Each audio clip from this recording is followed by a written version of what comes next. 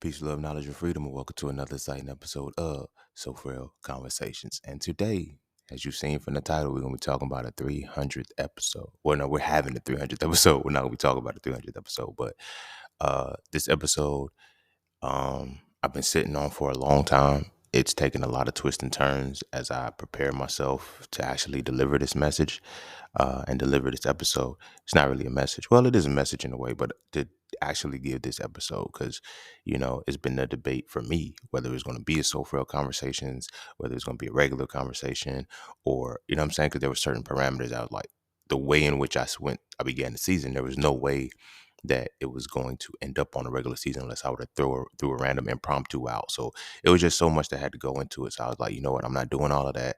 Let's figure out the best way of how it can, end up being a soul for real conversation. And it was like, well, duh, bruh, like it has to be a soul for real conversation because it's derived from purpose.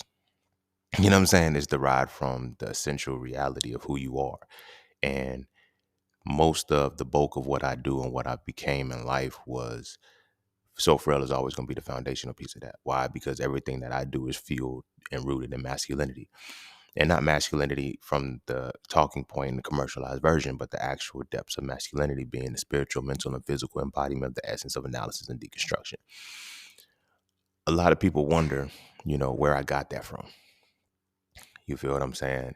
And I tell them I downloaded it, but it's a little bit deeper than that because downloads, as people understand that downloads, messages, prophetic visions, whatever it is that you call it, it's all one and the same shit. But uh, it's what those things really are that people are not aware of. And this particular episode, with everything that's been going on in my life, all my transitions, all I've been healing, all I've been developing, I return back to myself, my true self, my divine self. And I I always speak on the innocence of children. Yeah, like when our innocence gets removed, I speak on a lot of things, but this episode is like the full circle moment, as I've been alluding to over the past couple seasons, past couple episodes. Like this will be the moment that I reveal who I am. Now, with that being said, I'm gonna make some minor tweaks to that because, like I said, I don't know which episode it was that I was talking about, but I was talking about I was watching the Netflix series on how to be a cult member.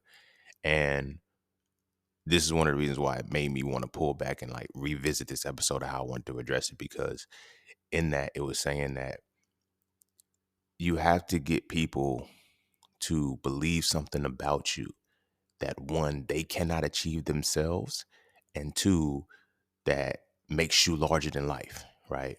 This episode ain't shit about that. That's why I had to sit with it, because I'm like, no, this not what I am is not something everybody else can't be.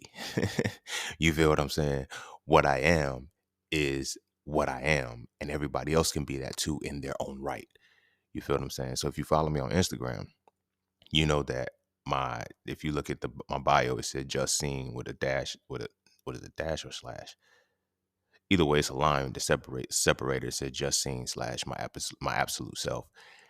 And in these days and times, I'm now my absolute self, but even deeper than that, I've always been my absolute self.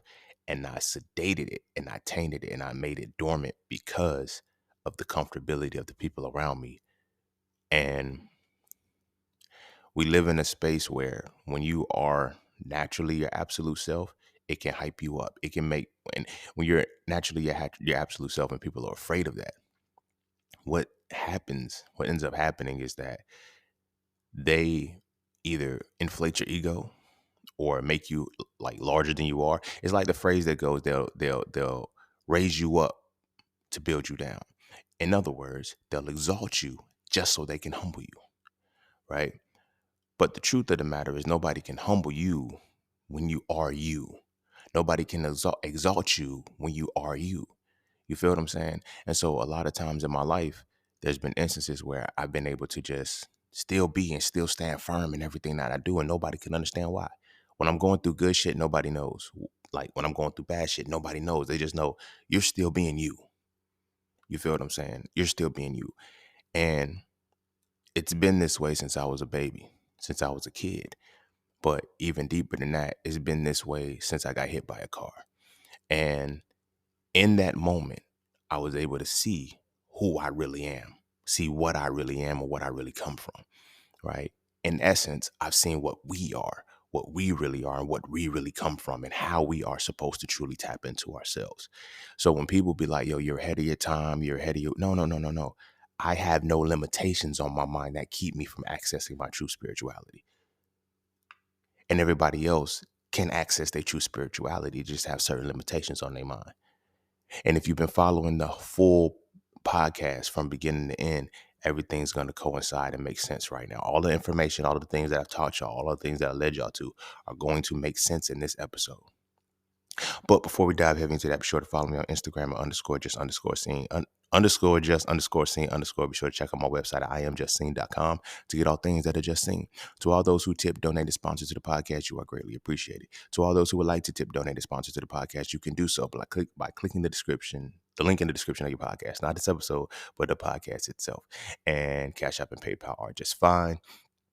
And yeah, you know the vibe. So that's that for this, and that's this for that. So when we come back, we're gonna dive into So Frail Conversations. So Frail Conversations, the 300th episode. And don't forget to visit iamjustseen.com. There, you can get all things Just Seen. You want to add the So Frail series to your library? Visit iamjustseen.com. You want to learn how to master the markets for serious trading and investing? Visit iamjustseen.com. You want to get your hands on some exclusive merch like tees, hoodies, coffee mugs, hats, bags? Visit iamjustseen.com. Are you thinking about transitioning into the plant-based lifestyle? Visit iamjustseen.com. You ever want to just chat with Scene about anything from simple advice to mentorship? Visit iamjustseen.com. Anything and everything that is me, you can find at iamjustseen.com. So take a quick peek into my world to see why being just seen is nothing less but always more. Because you never really know what you need until you see it, and you will never see it unless you visit iamjustseen.com. All right. Welcome back. Ow. And without further ado, let's dive heavy into this motherfucker. And so, first things first, I want to go ahead and address, there's going to be several references to certain episodes because they're all going to coincide here, right? So I'm going to begin the story. We all been hearing it, time and time again, me making glimpses of it when I got ran over by a car when I was 17 months old. Now, when I talked about numerology, when I discussed numerology, I always mention challenge numbers, right? Everybody has a challenge number. Now, if you remember the episode on numerology, I told you what the difference between a number was and a numeral was. Numbers are for quantification. Numerals are for the qualification of certain energies, right? Just like alphabets have letters, numbers have certain energies that come with them, right? So my numerological template, I'm not going to give y'all too much of the background because I don't want y'all conjuring me up and shit and other shit, but my numerological challenge numbers are 3 and 8. Incidentally, this is the 300th episode, so it's not going to be necessarily challenging, but it's going to be a challenge in a way. So whenever 3s and 8s are prevalent in my life, the month of March, the month of August, these things, the age 17, if you heard the 200th episode, you know where I'm going with that. But those two numbers will always be challenges. Now, in them being challenging numbers, there's going to be not necessarily problems in your life, but there's going to be friction that develops you. Usually if you built for what you built for, you'll come out on the other side. So if you have a chance, look at challenge numbers. But anyway, when I was 17 months old, I got hit by a car, right? And from the detailed records, I died. You feel what I'm saying? I know clearly seeing you couldn't have died if you hear, you just, no. It was recorded that I was killed. They heard my bones crushing under the car, like under the weight of the car. And the tire marks screeched on my back. Like the clothes that I was wearing at that time, they had the tire marks on them. I remember I was in like the second or the third grade, one of the two. And we had a project where we had to make a patchwork quilt of something memorable. And I said, I asked my teacher, this is the first time I had revealed it, like publicly to people. And I was like, can I make a patchwork quilt out of the clothes when I got hit by a car? And she looked at me like, what? I was like, yeah, it got tire marks on it, so it'll be very special. just I said it so casually. And she was like, okay, like in a chuckling voice. And she, her and my mama was cool. So she, talked to my mom about it. And she's like, yeah, he got ran over by a car. And as I made the quilt, you know what I'm saying? I made a little patchwork quilt, stuffed it with some shit. And I specifically used the piece because my mama had that in her closet. I used the piece that had the tire marks on it. And it was like, okay, that's the proof. I didn't get bumped. I didn't get tapped. The nigga rammed. If you got tire marks on the body of the clothes, you ran me over. So as they're telling the story, even from my mom's hysteria, like they try to say it wasn't hysteria. She heard her baby die. You feel what I'm saying? She heard her baby die. And they heard my bones crushing under the car and everything. Right. So as that moment happened, a lot of people ask me what happened, and I've always been scared to tell them what really happened. You feel me? So I figured, why not? Let me go ahead and officially tell what happened. Now, quick tangent. If you understand the episode I did on imagination, the nation of images, right? And you understand from So Frail 3 and So Frail 2, the conscious, unconscious, and subconscious minds, right? Our imagination, right? Our imagination is, and if you understand the mind, the body, and the soul, and how I always say the mind is the bridge between the body and the soul, right?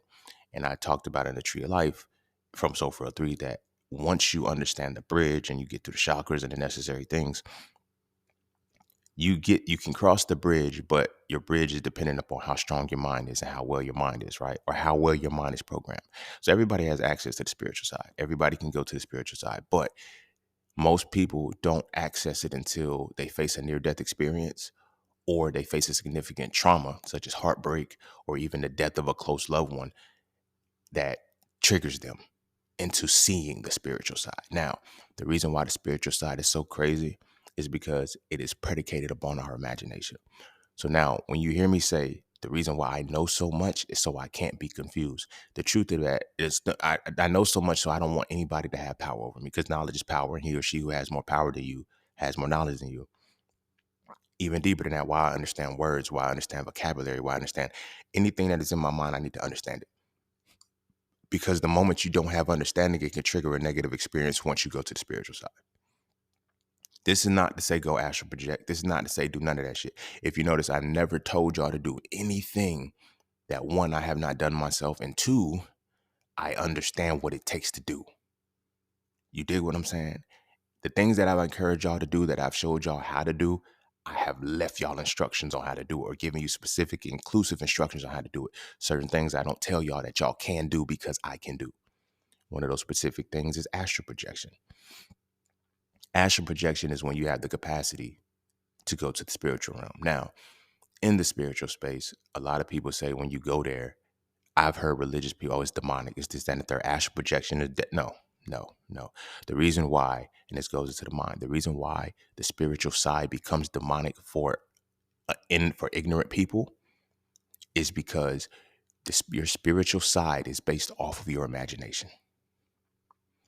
And I know we've been triggered to reduce our imagination down to the Barney bag of shit because we stopped using it. But your imagination is the nation of images. It is everything in your mind that can be used to deliver a message. So when people say, oh, I had a dream about this, that, and the third, and I didn't understand it. Reason why you didn't understand it, because you barely understand what's in your mind. And when your dream was delivered to you, that's the available information you had to have the dream delivered. You feel what I'm saying? You cannot have it specifically detailed. Now, when you have those dreams that have lasted years on end, it seemed like it was a big ass fucking story. It was plot twist. It was this, that, and the third. It seemed like a whole bunch of random shit. It wasn't random shit. It was the only information you had available to you. The knowledge, the images that you had in your nation, that was what was available to you to create the imagery to deliver the message. You feel what I'm saying? So when we consider the spiritual realm, in our context, a lot of people, when they look at the spiritual realm, they already have a preset notion down into their unconscious mind that they're going to see demons. You feel what I'm saying? And when you follow a religious doctrine that teaches you that anything that is of not, like, you don't, because you don't know what God really is, you feel what I'm saying? You can only develop, your imagination has to tell you whatever God is. You feel what I'm saying? Reason why I'm saying this is because there is a common thing with everybody that I know who has had near-death experiences, right? In their older ages, they all say the same thing. Yeah, I saw God, and to describe what it was. You feel what I'm saying? When it comes to the heavily religious people, they say, yeah, just when I was about to see his face, he turned his head, or just when it was that, I woke up. The reason why that happens is because in your nation of images, you already have the indoctrination that you cannot see God's face because of the story of Moses. Or when they say, yeah, I was about to die, and then God reached his hand out and touched me, and all I saw was his hand, because you think about prayer hands. You think about certain instances when the hand of God, I was too, like, there's certain things in your imagination that you have that give you the imagery to see on a spiritual side. You feel what I'm saying? Some people will go and see loved ones. Some people go and see certain things, but whatever it is how your unconscious mind has already been wired to see certain things. You feel what I mean? Near-death experiences, the spiritual realm, all of that stuff is the same thing, but it's predicated upon your imagination. You feel what I mean? If your imagination is tainted, if your imagination is fucked up, you will only see dark entities. You see what I mean? When people say they took psychedelics and shit like that, and they went to see the universe and all of these different things, if you are in a fearful state and you are programmed fearfully, all you can see is what comes out to be fearful. If you ever study ayahuasca, I've never taken it. I've never had to take it because psychedelics are not something that I need to cross over. But if you've ever taken ayahuasca and psychedelics, or you study them, don't take them without studying them. They'll tell you, one, you have to purify your mind. You feel me? You can't have any negative thoughts. If you have any negative thoughts when you take this, you're going to see dark forces. Makes sense. Now, what that really means is if your imagination is negative, you shouldn't be taking that shit. But you have so many people with negative imaginations trying to do spiritual shit, and they can only see demons. Now, go back to the episodes when I was mentioning that. What are demons? Demons, if you understand the etymology of the word, demon comes from genius, right? Your daemon, which is genius, is a Greek word that means genius. Now, equally that will mean that if a demon is genius, so is your angel. That means the demon is just the negative expression of your genius. The angel is the positive expression of your genius. Now, go back to, I had an episode on the mind, I don't remember what it was. I was talking about genius isn't what you are, it's what you have. Now, when you perceive that a genius is what you are, you never ascend to being able to use your genius correctly. Now, genius, genie, magi, magic, imagine, imagination, all of those derive from the same fucking root in essence. You feel what I'm saying? So when we consider what magic really is, magic is the wisdom and the experience of your mind. That's why wizards, the wise men, these are all the same shit. It is people who have ascended to the experience level of the mind and use it correctly because they have bypassed belief, they have bypassed knowledge. Right? I know I'm gonna get to the episode, but I gotta give this breakdown because I don't want any confusion as to what I'm talking about as I'm talking. You feel me? Because again, I don't want y'all to feel like this is something that you can't do. I've already told you how to do it. I'm telling you now why I know how to do it. Forget the books and all of the shit that I wrote that I can give you the research for, that I can give you all of this stuff. Forget all of that from now. I'm gonna show you how I seen it in the first place. Okay? So your imagination. Now, my conversation with people who've had near-death experiences, they've always told me the same shit. I'm like, I had that too. I had that too. But the difference between mine and theirs is that I didn't have an imagination at the time. At 17 months old, I didn't have an imagination, so there was nothing that I could formulate about the spiritual side. No good, no bad, nothing. It was blank. So you know what I was able to see? Myself. Now, when people say, what do you see when you cross over to the other side? And they're like, oh, it's a light. So before I even get there, because he's like, oh, I thought you didn't die and this, that, and third. But I'm going to tell you what happened. Because in doing my trauma release exercises, I always wondered why my shoulder had a scar on it that I didn't know. But trauma release exercises are powerful because they help reveal why you store trauma. I got so much trauma on my left side, but I got back to the original trauma. So much so that I could see the car now. You feel me? Because we got to understand, when we look at our nervous system, right, our eyes are still connected to our nervous system. So you can physically see when you dive deeper into your trauma. You can go back to the moments. You can even smell certain shit, right? Over the last couple of months, my trauma release exercises on my shoulder have been crazy, but they've been letting go of that trauma. I was 17 months old. That's probably one of the first traumas that I've ever experienced physically. And it was one of the most brutal. You feel what I'm saying? Because as they say, my bones broke. They heard me crushing under the car. They heard me die. So they say, I'm like, nigga, I couldn't have died if I'm still here. You feel me? But as I started my, again, let me quick say this point too. So with my meditations, I do transcendental meditation, right? I get into that spiritual space, but I understand how to walk into the spiritual realm. I don't, I don't have to knock on the door anymore. Well, I never did. I didn't realize why I didn't. I don't have to knock on the door. I don't have to do the necessary rituals that other people have to do. You feel what I'm saying? Now, this is not to say dishonor your religious practice or whatever. My imagination is not built for that. It was never built for that. So I was able to cross over to the other side without that. You feel what I mean? And in that, when I do my meditations and I do my transcendental meditation, there's no barrier for me. So in my waking thought, if you follow me on Instagram, you feel me? It'll be it'll be a random Tuesday or some shit. And I could drop like 4 or 5 deep philosophical thoughts. And I'm like, yo, all of these came from the same place. There's never been a limitation between me and the spiritual realm. And I'm not a person like a lot of y'all on my soul tribe. We have the same gift. You feel me? And that's why y'all here. That's why y'all here. Y'all can do what I do. Y'all can see what I see. Y'all can feel what I feel. Y'all, we're in the same tribe. This is why a lot of y'all, when we do these one-on-one sessions and shit, you be like, bruh, how you know? Nigga, I know. The fuck? Because I am you, you are me. We're cut from the same cloth spiritually. You feel me? And because of me being exposed to it first, I'm supposed to help people walk through it. This is why when we going through the tree of life, when we going through the one-on-ones, and I like everybody that I know that has gone through the tree of life with me, that has gone through these things, is like, they're like, yo, I'm seeing I got one of my students. Well, she's not a student anymore. She was, but she'll hit me up periodically. I'm like, yo, I'm still able to use what you taught me, and it's keeping me on point. I know, because it keeps me on point, and it's not scary. It's not no, you gotta, cut chickens and shit like that. You gotta use blood and all of that shit. Even that's crazy because imagine what your imagination has to feel when you feel like something is demonic because you don't understand it, but yet you know that a ritual of cannibalism is the way to the source. Eating and drinking the flesh and the blood of a being is the way to the source. It's crazy. But I ain't gonna get into that. But because of that, I don't have the barrier anymore. And I never realized I didn't have a barrier. I was like, yo, why am I people, oh, you're wise beyond your ears, and it's deeper than that. I just have no barrier that separates my mind from my soul anymore.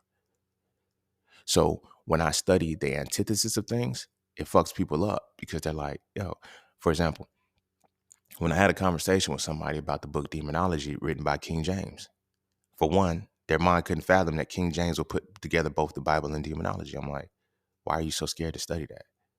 Because that's demons, that's darkness. But the same nigga that gave you that put the first book together, like, this is his book. Those are different King James. Nigga, no, it's not. It's the same nigga, bro. Like, it's the same nigga, Luigi. The same nigga, Luigi. You feel me? But again, their imagination won't allow them to see that. That's been one of my vices for a long time, assuming that everybody else was just as open as me. People be thinking I'm intelligent, I'm highly intuitive, like, oh, you're so smart, you can die.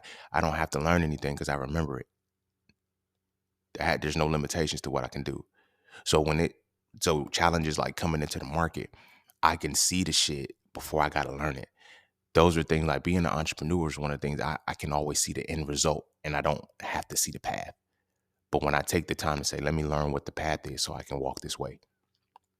Everybody that I know that has learned mastering the market from me is like, bro, they like, bro, the shit that you taught, I use it in every market. I know. I didn't master for nothing. I didn't just give it to you so you can learn Forex. I didn't just give it to you so you can do good in stocks. I gave it to you so whenever money moves in this world, not the country, not your state, whenever money is moving, you can be a part of it should you choose to. The option is yours at that point. All you have to do is make a decision. You see what I'm saying? That's been what it was. But cycling it back. Because the barrier was gone, the barrier is not that it was gone, it was removed when I was 17 months old.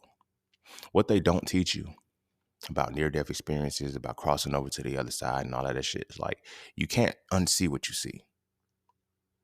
You can't unsee what you see. Every person that I know that has had their experience, what they saw on the other side when they came back, they try to erase it. You try to tell people what you saw, and you try to tell people, you can't tell people who's never seen what you seen, what you saw. They won't get it.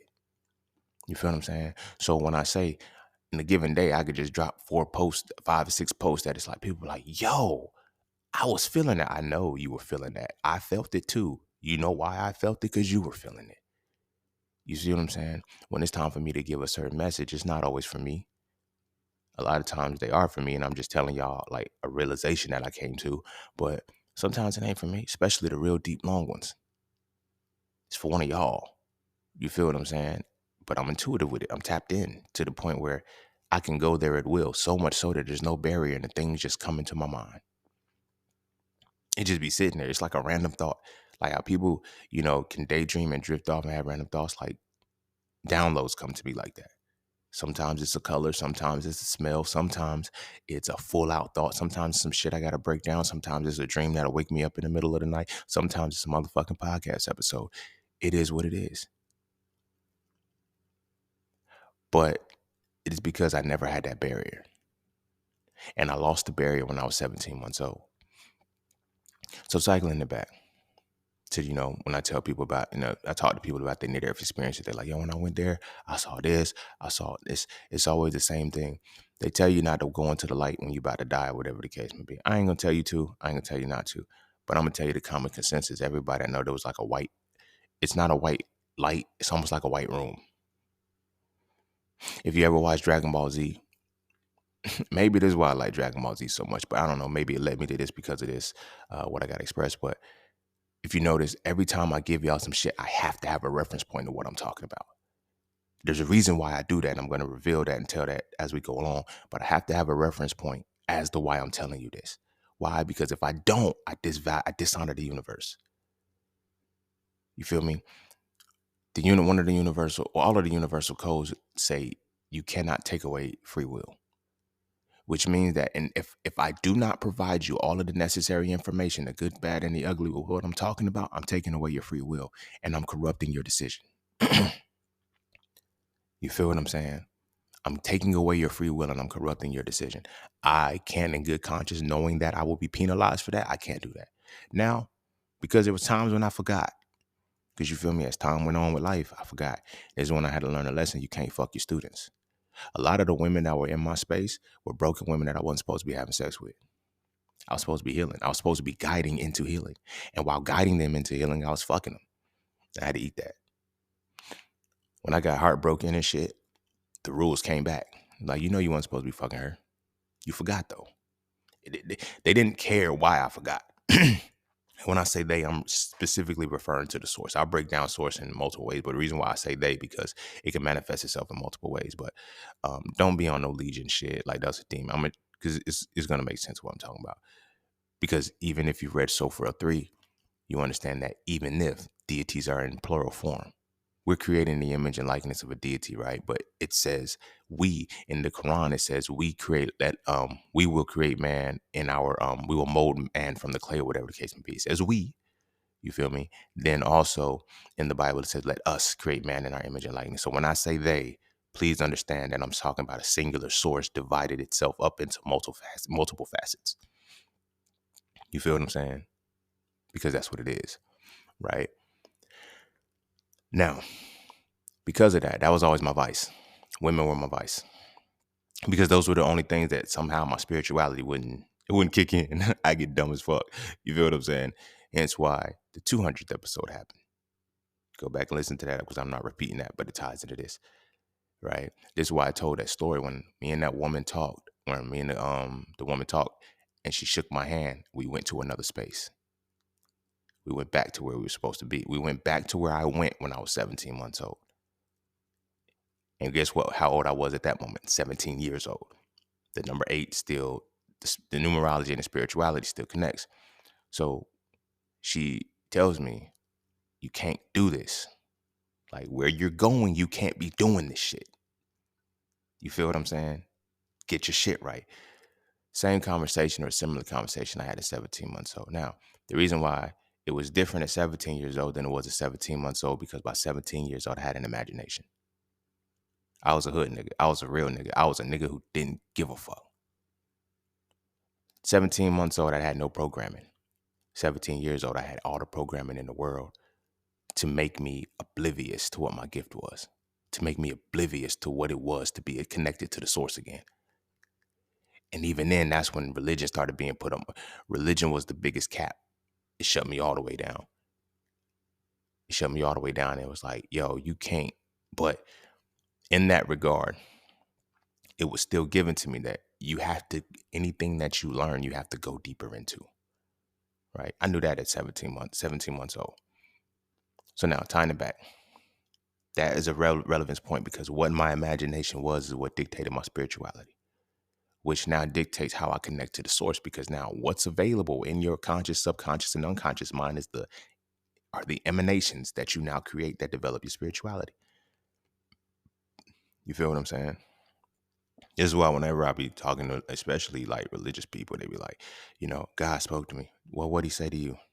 What'd he sound like? Well, it's just the inner knowing. It's just, shut the fuck up.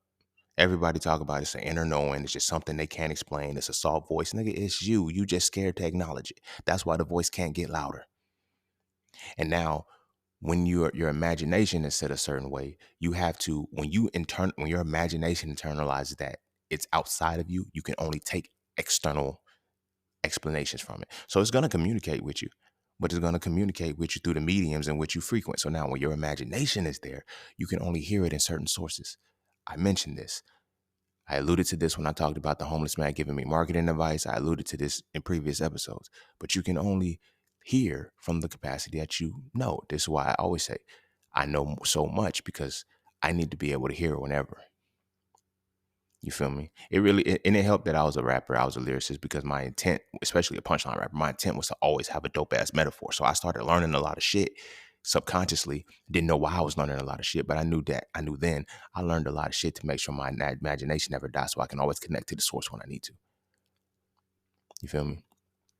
I can always plug into the plug no matter what.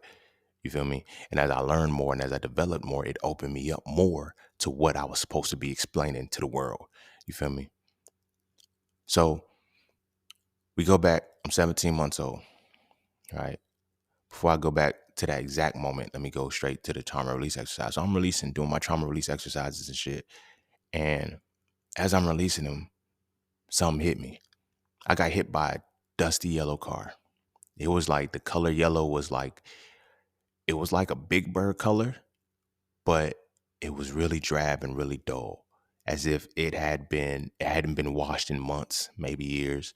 You feel me? The front, it was like a box. I know it was a box Chevy kind of thing. I don't know if it was a Chevy, but it had a box Chevy frame in the front with a silver bumper.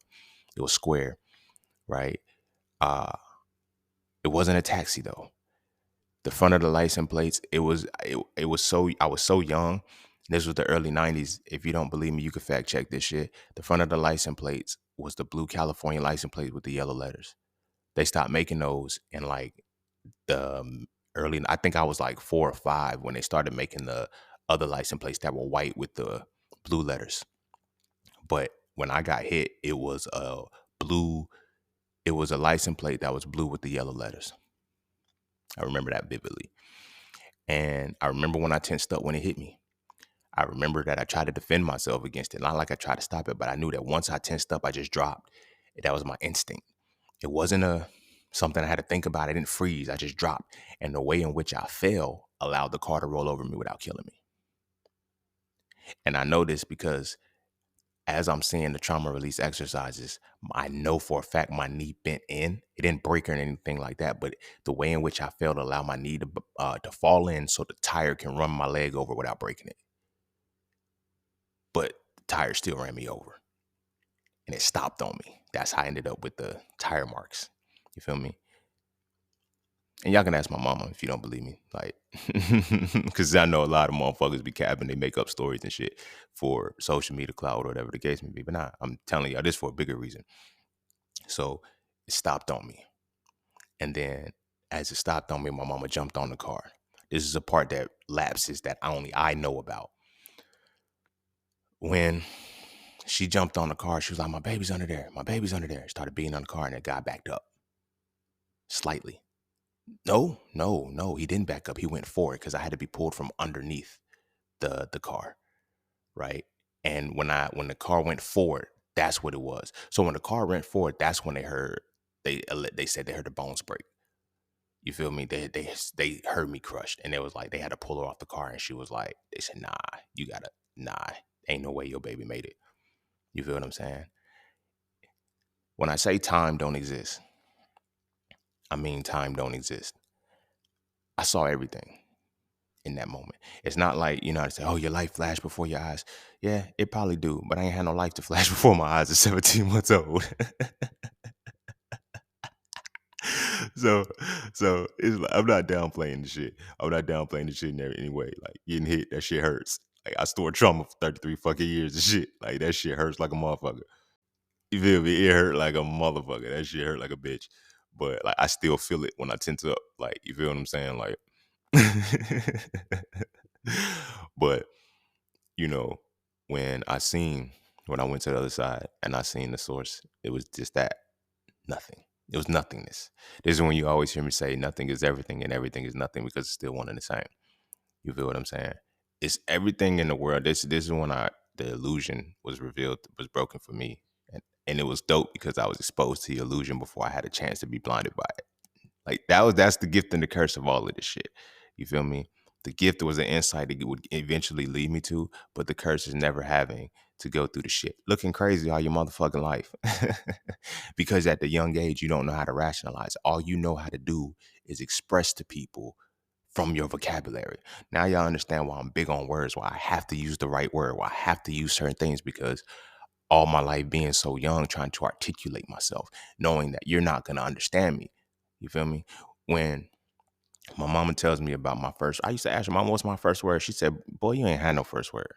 I was like, what? She said, I don't know how you just started talking. Like, I can't say what your first word was. You were just saying everything. When you saw it, you said it. I was like, so I don't have a first word. Like, that's my thing. She was like, no. I was like, she said, well, you were saying stuff like fire truck, car. Like, it was just crazy. And another instance, we were sitting down one day. I had to be about 3 or 4. And I remember my mom she was teaching me how to read. And I don't think she was realizing how quick I was grasping it. And I was really reading when she was going over the stuff with me. Some of my favorite books were Dr. Seuss books. Maybe that's why I like rap so much and I like rhyme, because that's one of my first instances in learning. But as I'm reading these Dr. Seuss books, I had to be like 3 or 4. I had a whole little Dr. Seuss case. I used to read them shits every fucking day, bro. And so because I read them so much, my mama thought I just memorized them when she was reading me. So me and my brother, like, I don't know if he was testing me or something, just seeing what I was doing, or he caught me. He caught me. That's what it was. Because I used to try to hide it.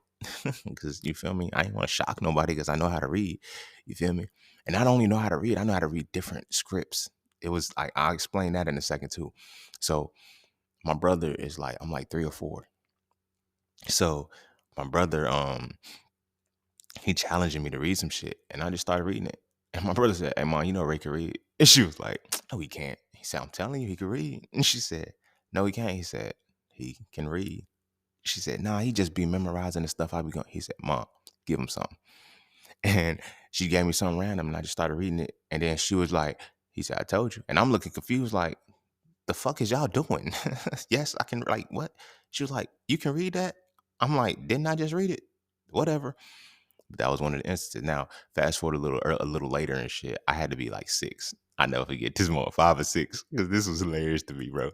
Because my grandma, she used to write my mom letters and shit from New York to California and shit. So but my grandma, she always wrote in cursive. Now, my mom knew I could read, but she ain't know I could read cursive. I didn't know I could read cursive, but somehow the words looked the same. Feel me? There was no limitation to it. So I'm standing over my mama's shoulder. And I'm eavesdropping like a motherfucker. I'm just reading the letter. My mom looked up. She like, oh, you can't read it. And then I started reading out loud. And she covered the letter and was like, when'd you learn? What you mean? I know how to read. There was never a limitation for me. There's never a limitation for me. Now, that goes back to what I was saying about 17 months old. I'll give you one more, because I already mentioned it before. When I was in the 3rd grade and they told me I was reading on the college level. And the teacher was saying, yo, I can't test them anymore. Like, He doesn't stop. You feel what I'm saying? And she's like, I've given him material. Because for me, it started getting frustrating because we in the third grade. And it's like they go around the room. They start everybody off third, fourth day challenge. And then me, motherfuckers are dropping off.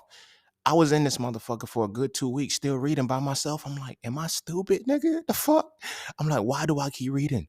She's like, wow, I gotta call your mama. Oh shit, I'm illiterate like a motherfucker. I said, am I reading wrong? And so my mama get there and shit. And then when she get to the place, I'm like, yo, look, mom, I did nothing. I don't know what the fuck is going on. I ain't say fuck, but I'm like, I don't know what's going on. So my teacher, she's talking to my mama and she's like, read this. My mama reads it. And she was like, you process it, right? And I was like, yes. She said, watch this. She gave it to me. I read, she said, don't say nothing. Watch this. So she gave it to me and I'm like, I just read this today, Miss Richards. She said, I know, I want you to read it again. Read it for your mom so she cares. So I'm like, all right. Blah, blah, blah, blah, blah, blah, blah, blah, blah, blah, blah, blah. And it's like, there's no steps. There's no missteps. When I got to a real long word, I sounded it out. But then I went back. I was like, okay, man. I just kept going. Didn't stop. She said, now what did that mean? And I explained exactly what. And I didn't paraphrase or restate what I read. I really broke it down and went down into the information, what it meant. And she said, it's been like this since I started testing them. She said, I don't have anything to test him with anymore. She said he maxed out. She's like, I was like, she's like, he's reading at a college level. Not only reading, but comprehending at a college level in the third grade. I don't know what to do with him. And I'm like, oh shit. I'm not hearing none of the bullshit. I just hear I don't know what to do with him and my mama here. I'm in trouble. So I'm like, she's like, yeah, we read at home a lot. Like, I didn't know, but it's just been me. But nobody can understand how. Nobody can understand why. A lot of people, oh, you're ahead of your time. No, I have no limitation to my mind. It's not about being ahead of my time. I have no limitation to my mind. Therefore, my imagination can absorb anything. I don't have the fear of learning. I don't have the fear of the information. That's one of the biggest things that happens to people. This is why when I talk about belief being triggered or initiated by fear or faith, you feel me? This is why I have the insight to this. Rewind it back. So when I get hit and I'm under the car, you feel me? And I go to that other space. I don't have any dead friends that I could speak to. I don't have any dead family members at the time that I could speak to or that I'm aware of. Let me say that, because we all got ancestors, we all got spirit teams, we all got guides and shit like that. But again, they're just extensions of the source. So when you don't have any of those that you can readily identify, you're going to see the source. The source is just everything within our imagination is a buffer. You feel what I'm saying? It's a buffer to the source. And it's like, yo, the source will say, yo, you'll be scared if you see me because you'll see you. I did a dramatic pause for that very reason, because when you see the source for real, you see yourself in your most pristine state. Now, your imagination and your buffer keeps you from seeing all of that. So again, like I'm saying, I didn't have, like when people have near-death experiences, they're like, yo, I saw God, but I couldn't see his face. I saw this, that, and the third. You've seen the capacity of the source to your imagination. You feel me? And some people don't even get to see the source. They have to see, people in place. So they'll say, yeah, I seen one of my old loved ones, and say, yo, because you have to see something that you're going to listen to. You dig what I'm saying? You have to see something that you're going to, only thing that I was able to listen to at 17 months old, because you got to do the math. At 12 months old, 12 months is a year, 24 months is 2. I was 17 months old. I hadn't even reached my terrible 2s yet, which means what? Psychologically, I hadn't even developed memory banks. So anything that I was learning at that time, it wasn't sticking. You feel me? I had no memory, so I had no imagination whatsoever. So because I didn't have any imagination, once I died and I went over, I saw the source. You feel me? And even deeper than seeing the source, I felt it. And I knew what it was. So within, when I say the point that I was going to go in, that I paused and told all the other shit around, was time don't exist. In that moment, I saw everything. I saw what I'm going to do in life. I saw what I need to do in life. I ain't going to say I saw everything. Let me say I saw everything important. I saw what my soul was here for. When it comes to dating, a lot of motherfuckers, this is why I tell them, ain't no one person for you. You feel me? It's not one person for you. This is not to say go out and be polygamous, but that twin flame shit, soulmate shit is bullshit, because your soul has to evolve into something. And as it continually evolves, there's going to be people that reflect that reflection as you go through life intimately, that and through the three areas of, child, adult, elder, but specifically fraternally or sororally, spousally or intimately, and maternally or paternally. You feel what I'm saying?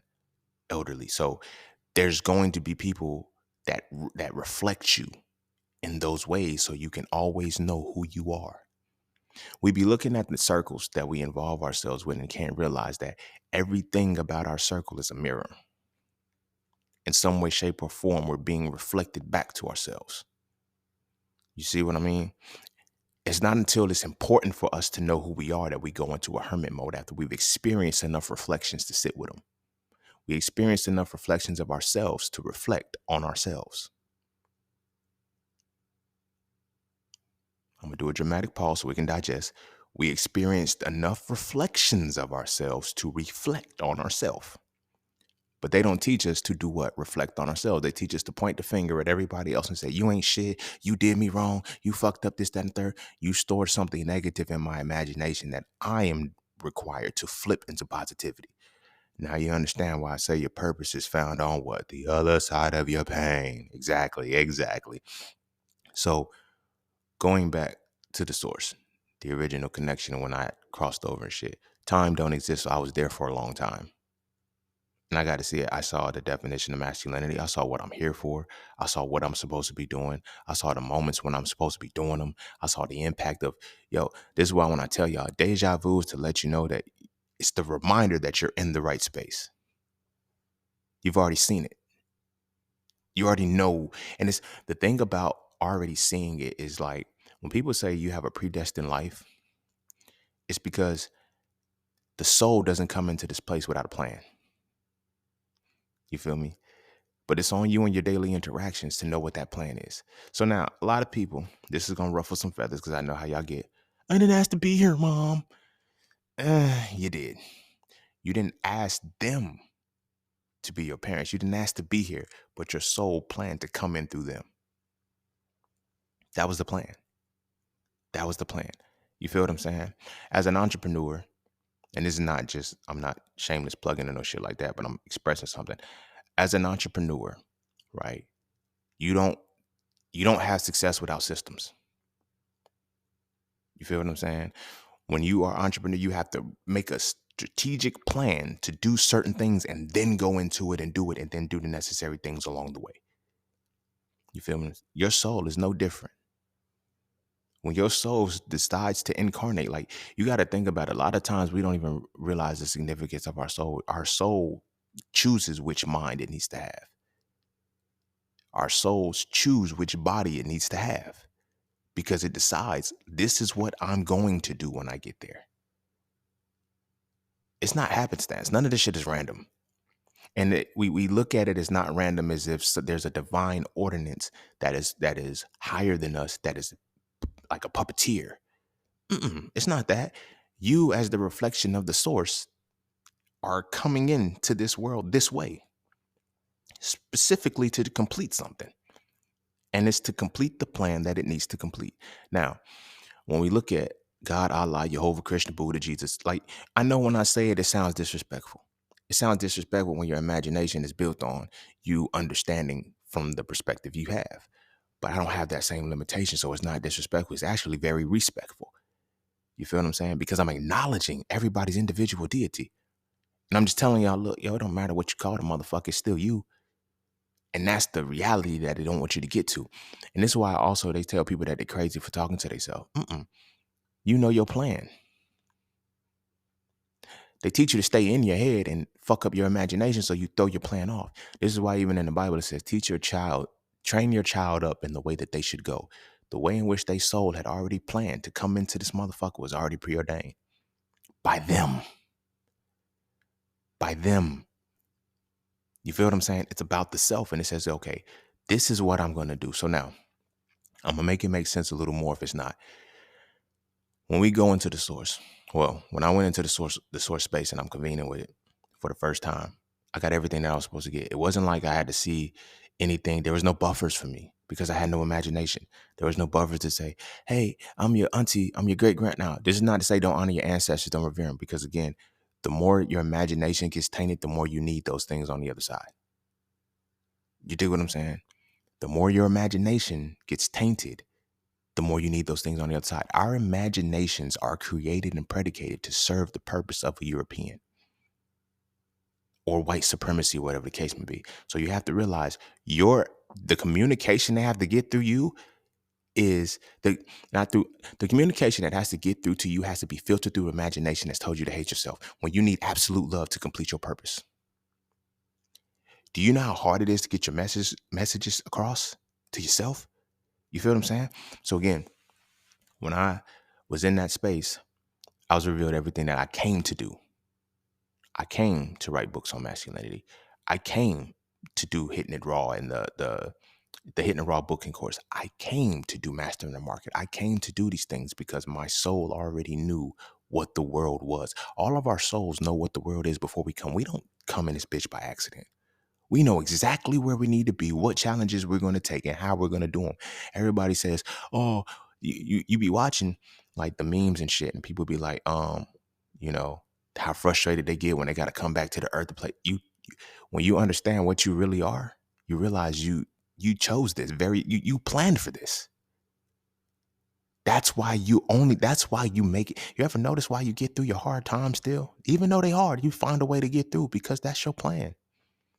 Now, because the imagination is tainted, but because you don't have the experience or the true imagination to say, yo, I planned for this and this is the tools that I need. You ever notice like you have exactly what you need when you need it? Because you planned for the principles. You planned for the solid reality of whatever it is that I go through, I'm going to go through it strategically along this path. Don't matter what details come my way. Some things may take me a little left, some things may take me a little right. But this right here is the life that is going to make sure I complete this plan.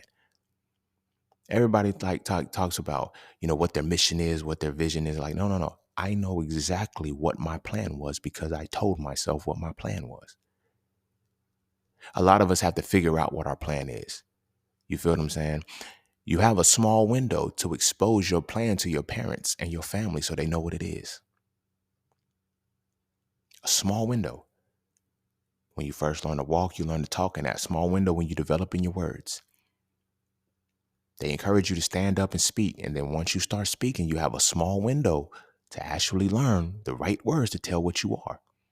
When I tell the story, when I say, when I was like 3 or 4, I always said I was going to be a doctor. I knew I was a healer.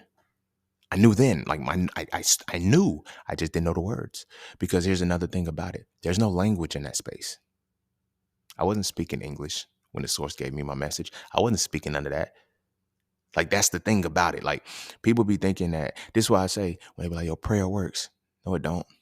Not the words themselves. If you don't even know how to use your energy, your prayers ain't gonna work. If you're not in tune with your feelings and your emotions, prayer ain't gonna work. It's impossible. You know why? Because it's not about the words, it's about the energy. Now, when I talk about numerology,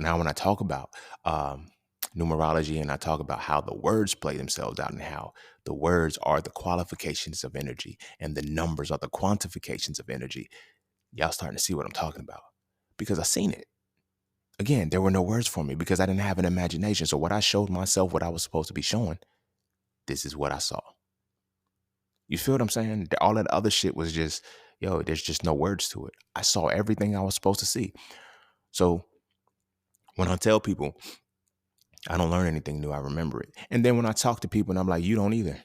The shit that this shit came natural to me. Did it really? Or did you just finally remember it? And you remembered it in a certain way that's associated with the language that you speak. Yeah, I know. It seems like, it always seemed like, oh, he's reaching. No, I'm not reaching. That's why this is why you have those false prophets and shit like that. There's people that have gone to the other side with an imagination already.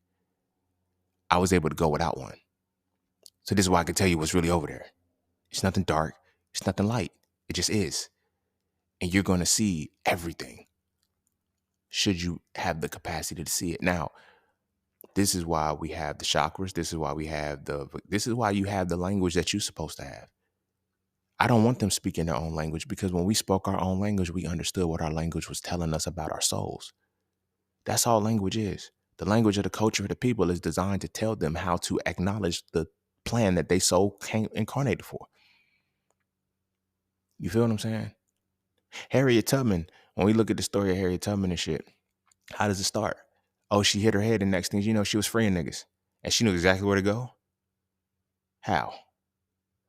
She followed the drinking gourd. She followed the store. She followed this. She didn't know that. She didn't know how. She spoke English. She spoke English. Therefore, she spoke English and she couldn't read. How did she know how to navigate to the north? She already seen it. When she hit her head, she saw it again. You feel what I'm saying? She saw it again. Now, some people have a higher proclivity to be able to come through because they don't have so many limitations. As she says, I would have freed 1,000 more if they only knew they were slaves. I would have freed 1,000 more if they only knew they were slaves. Now, I get it. Now that I said slaves, a lot of people. So you mean to tell me that some people's purpose was to come? Some people's soul solely picked that moment in time to do what it was supposed to do. It didn't know, because you don't have language on the other side. You just have energy. You didn't know whether or not, because of free will, you have the option and the decision to go either left or right, even in the face of adversity. You either bend to it or you break through it. You see what I'm saying? This is how the crabs in the barrel reality. Like, when we look at us on the collective right now, we all specifically chose this reality to come into this world to work together to change it. But because of status, because of convenience, because of the treats, because of all of the trinkets and shit that they give us, some of us are choosing not to do what we're supposed to do. And we be wondering, why is this life getting so hard for me? Why am I doing this, that, and the third? Because you're not following your plan. You created a whole new plan out of pleasing people, out of making sure people, have feel a certain way about you. You ever wondered why old people are miserable? I mentioned this in one of the last episodes. They like, yo, old people just be rude. No. They're coming to terms with the fact that they didn't do their plan. And they try to please everybody else, and all those people are dead. And they still ain't get their plan done. And they ain't got but 10 years left. And they needed their whole life to do it. But they still don't know that they never completed their plan. They just know that they miserable. Nah, you got to come back and do this shit again. Because your soul specifically said, I'm planning to come into this space through this family because of this. I was telling my sister when I went to one of the last family functions and shit, like last year, the year ago. I went to both of them. No, 2 years ago. I went to my religious side 4th of July, and I went to my mama's side 4th of July, my daddy's side 4th of July, basically.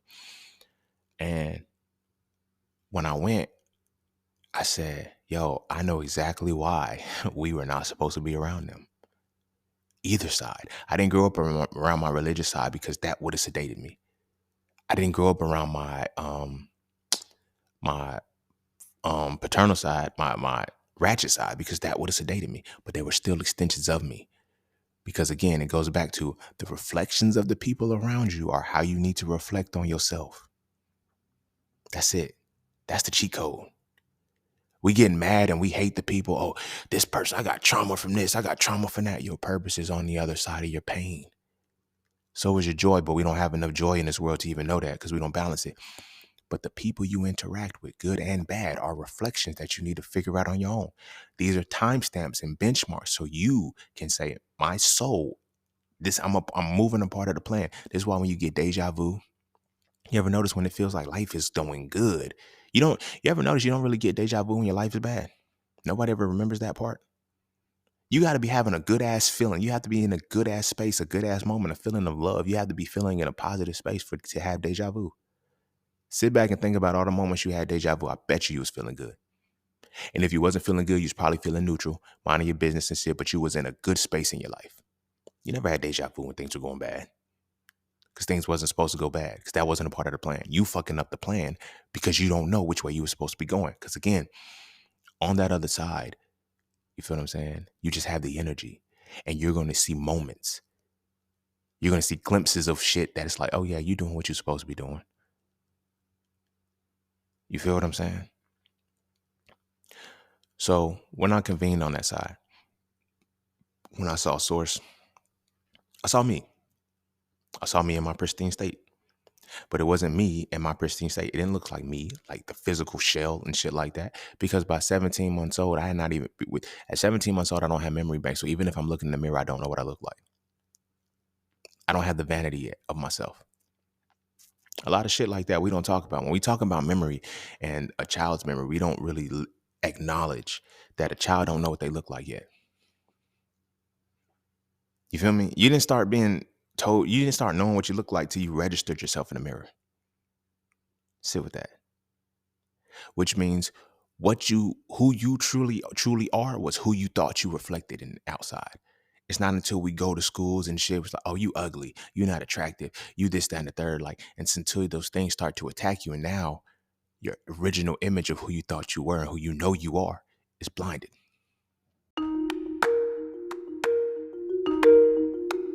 Hey, bro, for real though, at some point we gotta stop talking to women about masculinity and start talking to each other about it. And I mean really talk to each other. Not as enablers and co-signers, but as men trying to reach the pinnacle of our essence. And that's what the So Frail series does. So Frail 1 is the definition. So Frail 2 is the acknowledgement. And So Frail 3 is the resolution. If you rock with the So Frail conversations, I can guarantee you will rock with the So Frail series of books. So visit IamJustSaying.com right now so you can add the series to your library. I promise you will never look at masculinity the same again, and you're going to stop wasting your time arguing with women about it. This is a conversation that men need to have between men, and it's time we start having this conversation now. You see what I'm saying? And not only is it blinded, but it's also tainted. You know, it's tainted in the context in which, through the overall capacity of who you are, you lose yourself. And people be thinking that, oh, when you lose yourself, how you happen? Through your imagination. They program your imagination so you never know what you look like. Therefore, you never know what you really are. You feel what I'm saying? This is one of the reasons why I always say I hated vanity. Feel me? When I was 12 years old, a motherfucker told me, oh, you got some pretty eyes. You're going to be a heartbreaker. So, wait, what? What? That's crazy. I ain't even going to mention that. Let's take it back to what I was just talking about, how when you a child, you don't really remember. You don't know what you look like. There's a moment when you register that you start to look at your hands and you like, wow, you see beyond the scope of just your eyes, which is the soul, which is your true expression. You don't know whether or not somebody's going to be attractive to you or not. You don't give a fuck. You just know you got good energy. Think about when we look at kids at playtime between the ages of birth to 2 years old. They not looking at each other and saying, you're cute, you're this, that, and the third. They see souls because they can't remember anything else. They don't have a memory bank to acknowledge if somebody's attractive or ugly. All they have is the acceptance of the energy that is being expressed. You feel what I'm saying? So at that moment, when I'm convening with the source and shit, I see me. I see my true soul. There's no physical flesh. There's no that the eyes ain't there with the pretty lashes and shit, the lips and shit. None of that shit is there. None of that shit is there. None of that shit matters in that moment. Oh, it definitely matters in real life because you feel me? Oh, you're gonna have to be this. Down to my genetic basis. So now when you understand human design, right? Astrology, numerology, all of this. Human design specifically. When you understand human design and it tells you that you got a 64 codons and shit, you chose which DNA template to go with, which is your mother and your father. You chose which way those DNA templates are going to be structured at a certain point based off of their lifestyle. So that way they can turn on certain codons, turn off certain codons. I mean, certain genes, still codons because genes have to be activated. Turn on certain genes, turn off certain genes. You chose the moment that they're going to be something like everything you planned. That's why this is a quick tangent. You got to stop doubting yourself with your power. You're here for your reason, not a reason, your reason. And the shit that you're afraid to do, the shit that you're scared to do, the shit you don't know how to do, that's the shit you need to do the most. That's why it's nagging in your head. That's why it's there, because that was your motherfucking plan. And some of our plans we were supposed to be doing a long time ago, and we got to play catch up. But you still obligated to fulfill your fucking plan. You got to be accountable and responsible for your plan. It don't matter how you came into this world. A lot of motherfuckers be like, oh, I didn't like the hand that I was dealt. You planned to play with that hand. And again, I know this because I went to the other side. Everybody that I know, when they go to the other side and shit, that's had near-death experiences and they come back, I was like, yo, what happened? They always say the same thing. I don't know. I met with this person. God showed me this and said, you ain't done yet. How y'all all end up having the same thing? What are you supposed to be doing? I don't know. They just said I wasn't done yet. When I went to the other side, it was the same thing, but it wasn't said that I wasn't done yet. It was shown to me what I have to do.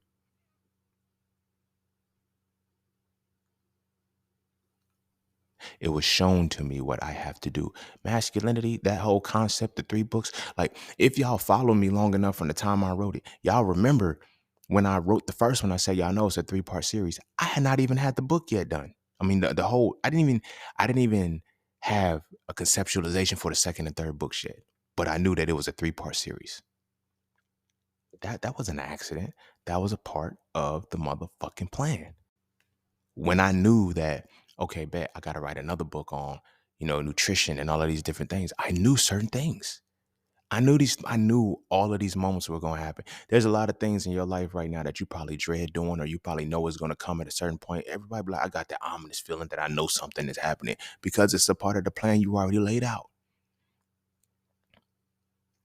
If you've ever completed a plan in real life, you know what I'm talking about.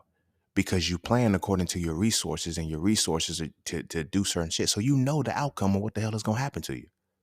It's not an accident. You do the shit well. You feel what I'm saying? You do it well and you do it successfully. When you make a plan that is according to what you're doing. The confidence is there. Everything's there because you plan now. Your soul made a whole plan before it even came in and said, I plan to do this. I plan to be born at this particular time. This was another thing. One of the things that I was revealed that had to be told to me later. So I'm on the other side. I'm convening. All of this shit is being laid out. I'm just sitting there. Like literally just sitting there. Like I can't ask questions. I don't know how to talk. I mean, I know how to talk in the sense that I know how to communicate my wants and needs. You know what I'm saying? Because I'm at 17 months old. But at the same time, I don't have a memory bank. So I don't know what I'm supposed to be saying to this thing. So I shut the fuck up and I'm just sitting there. And it's me. But it's not me in the sense of how I look right now. It is my soul showing me itself. I'm like, oh, so this is what I am on the inside. This is what I really am. And instantly I recognize myself. It wasn't something that I had to say, oh, I'm scared, this, that, and the third. I recognize myself. This is why I say when people talk about astral projection, all they see is demons, they're recognizing themselves. Whatever you see on the other side, when you cross over, when you astral project, do whatever you see is you. I don't know why they're not telling y'all the truth about that. They're telling you it's an external thing. If you see demons, that is your negative genius manifesting itself. It's an emanation of your negative genius because that's all you know how to tap into. If you see angels in light, that is the emanation of your positive genius because that's all you know how to tap into. I had no duality. I had no separation within self to actually have any of that separate. So again, I saw me, the true me, which is an extension of the source. Now, when you hear me talk about astrology, when you hear me talk about, even from the Bible's perspective, the name of God, Jehovah, being the 4 elements, air, water, fire, and earth, that is just, and that's why it says, let us create man in our image and likeness, because when these things come together, they have the elements, the vowels in between. How many vowels do you have? 3. What are the 7 chakras? You have the other elements. You have, after earth, water, fire, and air, you have sound, light, and thought. Those are the missing elements that they don't talk about, that the vowels create, that you put together when you study the name of God. All of that is there. So when they say when God, Jehovah says, let us create man in our image and likeness, it's all 7 of these things coalescing together to make a physical emanation of itself. This is why when you have a natal chart, it is your image and likeness of God. That's why the stars are in the alignment the way that they are. That's why you have the astrology and the zodiacs and everything. That's why you end up being a fire sign, air sign, water sign, all of these things. You plan, if you study your natal chart, you plan to have that exact energy influx within you at that moment, because you say, first you make your plan and you say, these are all the resources I'm going to need to move in this place. Everybody, oh, your sun is in Aries, so you impose me. I needed that shit. But I also have within my first house, I'm dropping the jam session. It should be up by the time y'all hearing this. But in it, I say, April Aries, bitch. I started goated. Cap Stellium, I'm hella goated. Both Aries and Capricorns are both Rams. But the point that I was making with that is that my sun is in Aries, right? But my stellium is Capricorn. I'm predominantly Capricorn. So I know that I'm the impulsive fire sign, but I also know that I'm strategic Capricorn sign, because these were resources and tools that I was going to need to come into this motherfucker to play this game, to do my plan. So now, When you take just those two energies, because that's my first house energy, I'm not even gonna break down my whole chart, but just those two first energies alone, when you realize, yo, Capricorns, because they're earth signs, they study, they're very analytical. When you understand the basis of what I stand on is what analysis and deconstruction. There's not many people that you probably know. You probably know a lot of people, but there's not many people who have done what I've done with the information that I have because they haven't gone as deep as I have because they can't. But then actually being able to execute that information without just sitting on it. So I learned how to merge the energies of what my natal chart represented. Why? Because when you understand the power of what your soul planned to do, these are certain things. So again, when I met up with my soul and I'm seeing myself, I'm like, hmm, this is the source. This is what it feels like. This is what it is. It's nothing scary. It's nothing inviting. It's nothing invigorating. It's nothing. It is what it is. Once we come into the space, we learn duality. This is why you hear me say you have singularity first, and it's your ignorance to it. Then you have duality, and then you have divinity. Divinity is like singularity, but divinity is the understanding of the duality and making them work together. So all of the things that were supposed to happen to me, all of the things that occurred in my life, every part of my plan happened. Because I knew. Now, when I looked at it from that perspective, I was like, yo, so what happened to me when I was 17 in the 200th episode? It was like, yeah, you needed to go through this so you don't go through it later. It's like, if I go ahead and get it out the way, I already know that I'm going to be integral. I already know that I'm going to tell the truth. I already know that nothing's going to happen. I'm not going to do anything wrong. So it's not going to affect me, but it's going to teach me. I'm going to be able to learn from it this time. Let's say I'm 33 years old and I didn't learn that lesson at 17. Now I go into the world, I'm stepping into the space that y'all are starting to see my transition happen, but I'm starting to step into the space and I wasn't prepared. They're going to Bill Cosby me easily. You know why? Because they understand how the culture works. They create the culture. So if I know that these people are sex driven and violent because of the music that they listen to between the rap and the R&B, I can easily tell you, yeah, he did that shit. Why do you think all of our black men get charged with sex crimes? Most of the time. That's how they try to bring them down. Because it looks logical. Just listen to the music that you listen to. We know it's logical. So these were things that I saw. I saw this. I saw all of it. But I had no words. All I knew was the energy that I was going to feel and the time pockets of when it was going to happen. But I didn't know the time. I knew that certain things had to show and certain things would manifest themselves in the right moment to guide me. You feel me? To say, hey, you got a decision. Do this or do that. So when people are like, yo, my intuition was off. When you start violating this is why I say your intuition is insecurity without intelligence. Now, when your intelligence is what you accumulate and what you put into your imagination. So when your intuition is off, that means your intelligence is tainted. That means your imagination is fucked up. You see what I'm saying? So when you intuitively feel to do something and you do the wrong thing, that's because you have absorbed the wrong information. You have absorbed the wrong intelligence that caused your intuition to kick in. You see what I'm saying? So this is one of those reasons why now I study so much. I've always studied so much and I've always learned both sides of things because now my intuition is on point. I'll be like, I'm rarely wrong. Not in the sense that I'm arrogant or nothing like that. My intuition is rarely wrong because I keep a wealth of intelligence there. So when my intuition kicks in, I have an even balance. It's not too good. It's not too bad. It's so I can get the neutral reality. But again, these are all the things that I saw as a part of the plan of why I came into this motherfucker. So, yo, you got to go through, these got to be your parents. These got to be your parents. Because your plan will not come into fruition unless these are your parents. Now, one thing that I watched, I'm sure we all watched Power. You ever notice how in certain moments, this is why when Ghost wanted to get out the game, nobody wanted him to. Because all of the shit the Ghost was doing was his plan. Everybody else were pieces in his plan. Nobody realized that. They were pieces in his plan. Even after his death, he knew I'm not going to say he saw on the other side he was going to be kingpin, drug dealer, whatever the case may be, because he knew he was going to be a businessman. He said that shit. He said, no matter which path I would have went down, I was going to get here.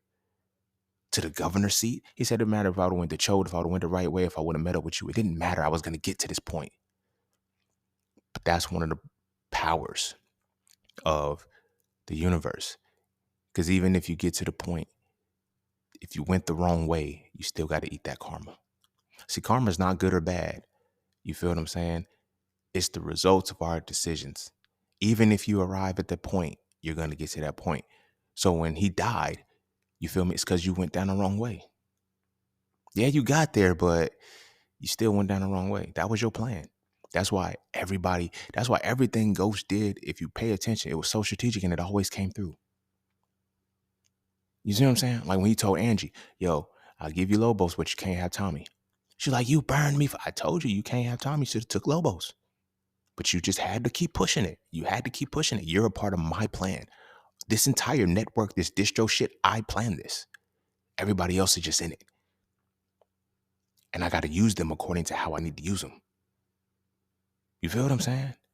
That's power. But not only that, that's power, that's acknowledgement of your soul, of your true soul. Now, I'm using that as an example. I'm not going to say he was supposed to be a killer because now when you look at Snowfall, Franklin already had everything was in line for him to go and be what he is. But when you're in a certain environment, your environment creates it. Your environment, if you're not attuned to it, your environment is going to affect how you complete your plan. Your plan gets completed. You see what I'm saying? And you get to the point where it's either going to be good or bad. I saw that if I would have continued to live the life that I was living, I would have completed my plan in a negative way. It would have got completed. You feel what I'm saying? It would have got completed, but it would have been in a negative way. And then everything would have been tarnished. Nothing would have counted. Nothing would have mattered. You feel what I'm saying? So, seeing the other side, I kind of got off, but it's still flowing the way it's supposed to flow. So remember when I was mentioning about how I knew I was supposed to be a healer, right? I knew it. I saw it. Like when I went to that other side, I was like, yo, and I have family let me say this so that I can go off. So I knew that I was going to be a healer. Now, when I actually went to the other side to become a doctor and all of that shit, and I seen it, I said, oh, no, this ain't healing. I can't be a part of this. I can't be a part of this. This is not right. Everybody looks at me like I'm crazy. Now I'm standing on a plan. It's different. Like it's different than standing on morals and principles when you know the plan of your soul. A lot of us don't know it yet because I be trying to tell you how to get to it. Your purpose is found on the other side of your pain. You feel me? The reflections of people around you are what you need to reflect in within yourself to get to that point. I've been giving y'all this game this whole time. Now I'm putting that cherry on the top so you know exactly what it is I'm talking about. You feel what I'm saying? But when you get into that space, like hypothetically speaking, let's say I would have finished med school and I would did all of these things, like I'm not honoring my soul. This is why I told y'all I took the Hippocratic Oath seriously because my soul had a plan to heal people the right way, to make sure they can get the shit the right way. So there's like, yo, you're going to have to learn a lot, bro. It's going to be a lot that you're going to have to burden yourself with should you decide to take the challenge. You don't have to take it. You're going to do it because this is what you plan to do. Now you have to do it. The thing about our soul is that when we choose to come into this world, we plan to do something. So we have to do the plan. We just forget the plan. This is why we can't speak our own language. We don't know what our own language is. If you were left to your own devices, what language would you speak? You wouldn't know because you wouldn't have one. You see what I'm saying? If you had no family, let's just say we were born of eggs and we was raised in the wilderness, what language would we speak? But yet there would be some kind of innate knowing to know what to do. You feel me? My homie just sent me a picture of some turtles, not a picture, a reel of some turtles, cracking out of their eggs, going back to the ocean and shit, baby turtles, and then leaving. They parents ain't there.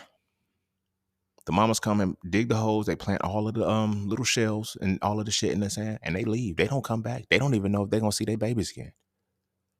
As soon as the eggs crack out, the babies instantly know to do what? Climb out of the sand. They don't sit there and say, help, what do I do? They climb out of the sand and they start walking towards the water. They've never done none of this shit before, but they know how to do it. Why? Because that's what they soul planned to do. It's going to follow its plan. So without the language that you speak, if you just came into this motherfucker, you would know how to execute your plan. There will be nothing to stop you. This is why entertainment and the media are so important because it's taking you away from your plan. You feel me? Now, your individual plan is how you have to maneuver through the world. You feel what I'm saying? So like I said, with me moving from the perspective of understanding that I was going to be a healer, right? That was revealed to me. It's like, yo, this is how you have to do it. You have to get back to nature to do it. You're not gonna be able to do it like that way. You don't know you're not gonna be able to do it that way, but you have to go through that way to see yourself through. It's like, all right, well, how am I gonna do this? Like when I make moves, people be like, yo, how do you I trust myself? Not so much that I trust myself blindly. I understand my fucking plan. The more I do my plan, the more it's easier to be revealed to me. You see what I mean? So when things happen, they like, it seems like everything, like I got family. It's crazy because it's like, this is what I was gonna say with that. So I got family who was asking me the story. Like, so when you got hit, like what did God say to you, whatever the case may be? I said, what I was told was I wasn't done. I never said God said this, that, and the third. Like, y'all, this is why y'all have to believe in the God. And this the God of your enemy is your devil. That's why I be saying all that shit. But I was like, what I was told was you ain't done yet. But I was also revealed what I have to do. And I'm doing what I have to do, regardless of whether you can see it or not. I'm doing what I have to do. You dig what I'm saying? And if I do say so myself, I think I'm doing it well. Because now those same people, they keep, you know what I'm saying, on my religious side of the family, they swear I worship the devil. But they can't, it's fucking them up how I keep getting blessed. I'm like, yo, I'm doing my plan. Y'all are missing the point. Every time you think something negative is supposed to happen or I'm not making a certain progress, is it that I'm not like, if you think like, you think it's because you just stand the third. But then when I start, it's like, damn, now you can't have both. I can't be blessed and cursed. I can't be like, I'm executing my plan and I understand which line I have to walk. There's no duality for me anymore. There's only divinity because I've already broken and shattered the limitations of singularity. And divinity was exposed at such a young age, but divinity was already exposed and said, yo, you're not going to do this if you pick a side. You see what I'm saying? This is why I'm so balanced. I can equally be the hood nigga. I can equally be the academic nigga. I can be whatever I want to be, but I have to walk that balance of honoring my soul's plan. So when I was saying, I'm gonna tell y'all what I am and who I like I was, but then I started to realize I'm not gonna do that on the cultic shit. Like, oh, y'all can't be here. No, yes, you can. Your soul made a plan and you're here. Our connection, us meeting together, it ain't no happenstance. It ain't no accident. We plan now. Now let's get on the bigger scale. We plan this shit. We plan to meet for whatever duration, however long, whatever contracts, whatever connections we have, good, bad, or ugly, however we rock, we met for a reason. And we decided we're going to meet up at this particular moment. You feel me? There's people that I don't even fuck with anymore that have introduced me to people that I'm going to fuck with for the rest of my life. You feel what I'm saying? Because you were part of my plan. And I know, okay, a part of my plan is going to need you. But there's certain things that you got to go through in your life to make sure you do what you're supposed to do. We're going to cross paths when it's time for us to cross paths. But when it's time for us to cross paths, that's because the level of our plan that we initiated within our soul has finally coincided with each other. You see what I'm saying?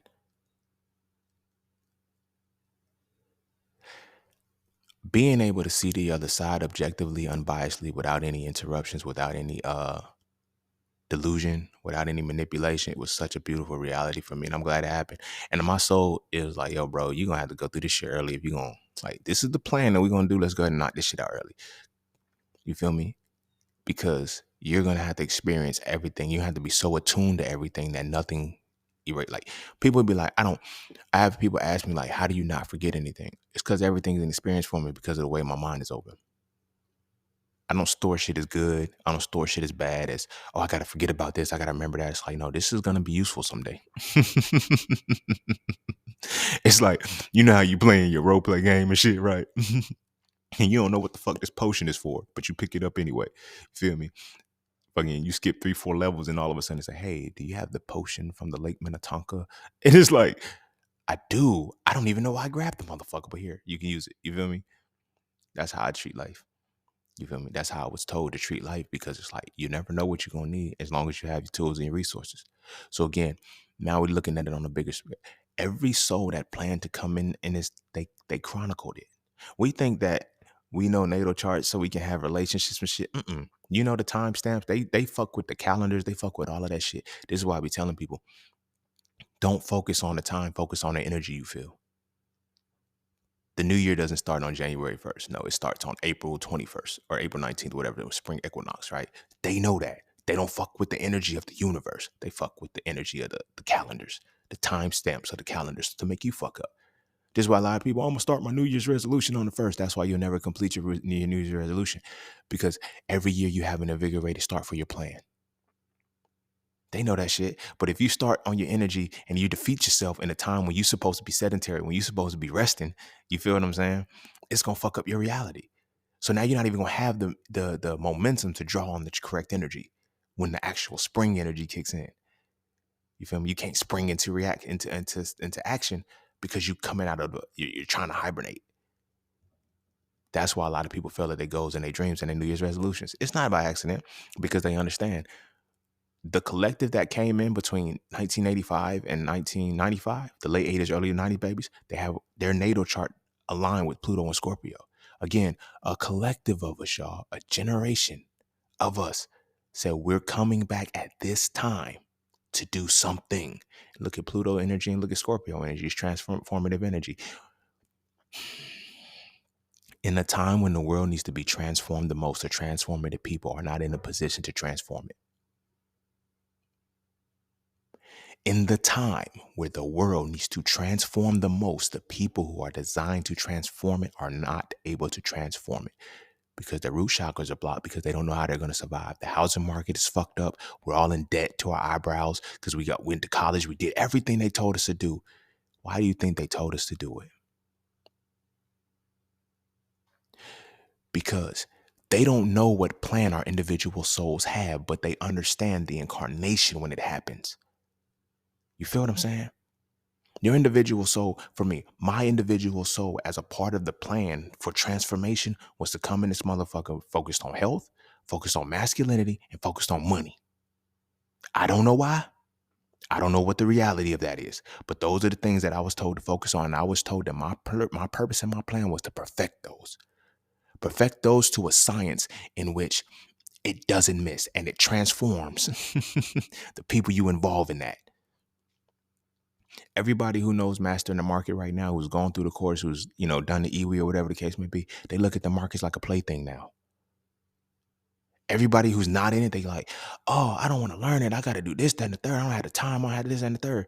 Master in the market is like, bro, how do you not have time? Like the people that have learned it now, it's like, yo, you literally just have to put lines on this one, block it off and set your moment and say, hey, this is when I'm going to enter. Duh, that's it. That's all they do. You feel what I'm saying? That was one of my plans. To be able to, everybody's like, how did you condense all of that med school information in 70 books into a book? Because that was my plan. That was my plan. Like majoring in forensic biology, going to med school, that was a part of the plan that I planned. You feel what I'm saying? Masculinity. How do you know so much about the balance and knowing that the Bible did this and this, that, and that? Nigga, that was the fucking plan. I just had to execute it. But in order to execute the plan, I had to accumulate the knowledge to apply the shit. You feel what I'm saying? Because when you come into this world, all your memories is wiped clean. I'm not going to say it's wiped clean. It's tainted and suppressed because you learn a certain language. Now, once you learn the language, if you don't learn the language right, why do you think a lot of motherfuckers know English? Why do you think they make black people learn English?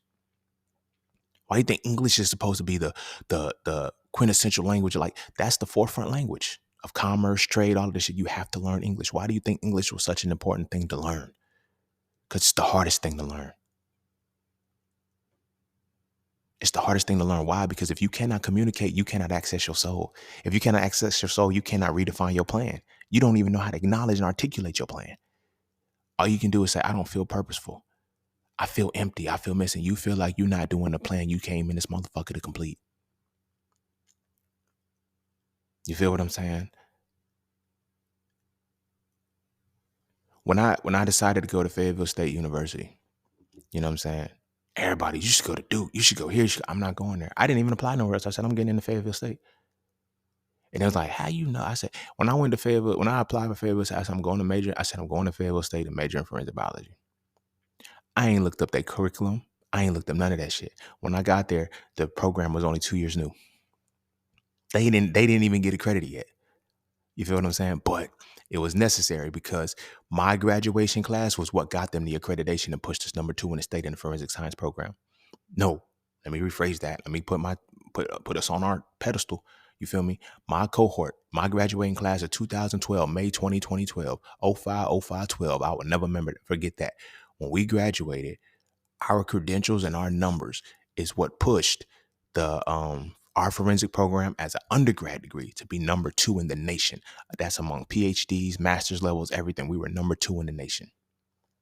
Which why I learned genetic analyzing, PCR, which is why when the pandemic hit and I was telling everybody about PCR, motherfuckers was like, nobody could refute me. Only thing social media could do was mute me. They muted me for 3 years because of that, because they couldn't shut my shit down for false information because none of it was false. Nobody caught that. Everybody kept saying, oh, these pseudoscientists and shit. Every pseudoscientist got their page shut down. Every one of them. Every one of them got, everybody that was spewing fake information got their shit shut down. They didn't shut my shit down because none of my information was fake. None of it was fake. None of it was fake. So they said, we're gonna mute you because we don't want you telling people this. We need to get this vaccine to people. I knew my plan. I knew my fucking plan without even acknowledging that I was living my plan at the time. But I knew. So again, when I said I'm going to Fayetteville State had the only program that studied the genetic analyzer.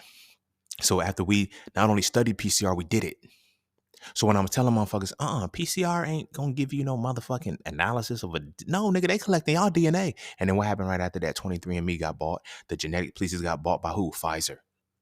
I told y'all everything that was gonna happen because I knew my plan. So when I unplugged, I said, yo, we can't retire. We're gonna have to learn some other shit. What's happening right now? Shout out to the big homie, Aconundrum. I don't know if y'all follow her or not, but she just recently made a post about the useless class. I've been talking, I was like, yo, nigga, y'all, I made a plan. I knew my plan when I came into this motherfucker. Now, here's the sad part about my plan. When I went to the other side, this was something that had to be revealed in my most recent times because, again, when you learn your language, when you create your attachments and shit like that, a lot of times you can lose shit. You be wanting to help motherfuckers. You be wanting to do for motherfuckers and shit. But they had their own plan. They had their own plan to do. You see what I'm saying? So a part of my plan, when I go back onto the other side and I convene, I'm like, yo, you know that you were just supposed to execute your plan. It's not for anybody. You got to make it available. Your biggest fuck up will be when you try to do it for people. Because that's what's going to limit you. It's not for it's for you to do. And the people are part of their plan. They're supposed to find you. Again, they can't find you if you're hidden. So you got to continue to do what you're supposed to do, a part of your plan, to make sure that all of the people that are supposed to be there are there. Because they're coming for you. They're looking for you. You feel what I'm saying? But that's a part of your plan. Your plan was to do this, that, and the third, then back up. I did it. I did my plan. But there's still more plans that I got to do. You feel what I'm saying? There's still a few more things that I got to do. But none of the big shit, that shit ain't. You feel me? I know what my soul's plan was, what I told myself I'm coming into this world to do. You feel what I'm saying? So now when I look at how well masculinity has shaped men's lives who were not raised, it's like, oh, I planned to come into this motherfucker to be raised without a daddy.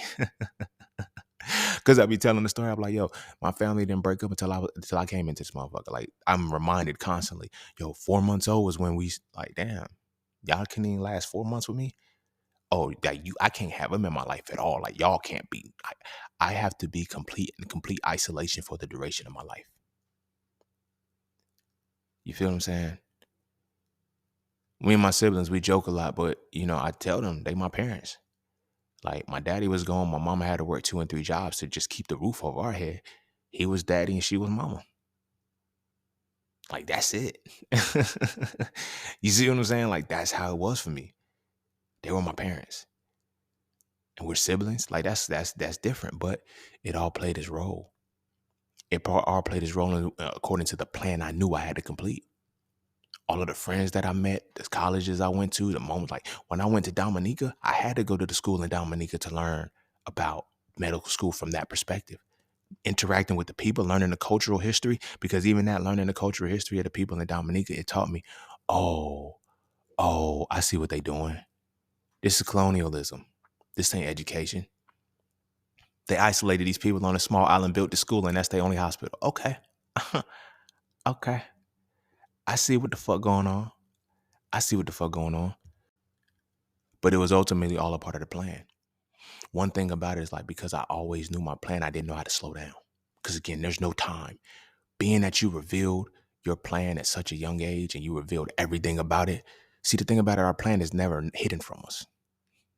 We just don't know what we're looking for because we don't have the imagination to be told the things necessary. So imagine when you don't have the necessary imagination or the nation of images within your head, everything, every message that has to come to you, it has to be cryptic in a certain way that you might not get it.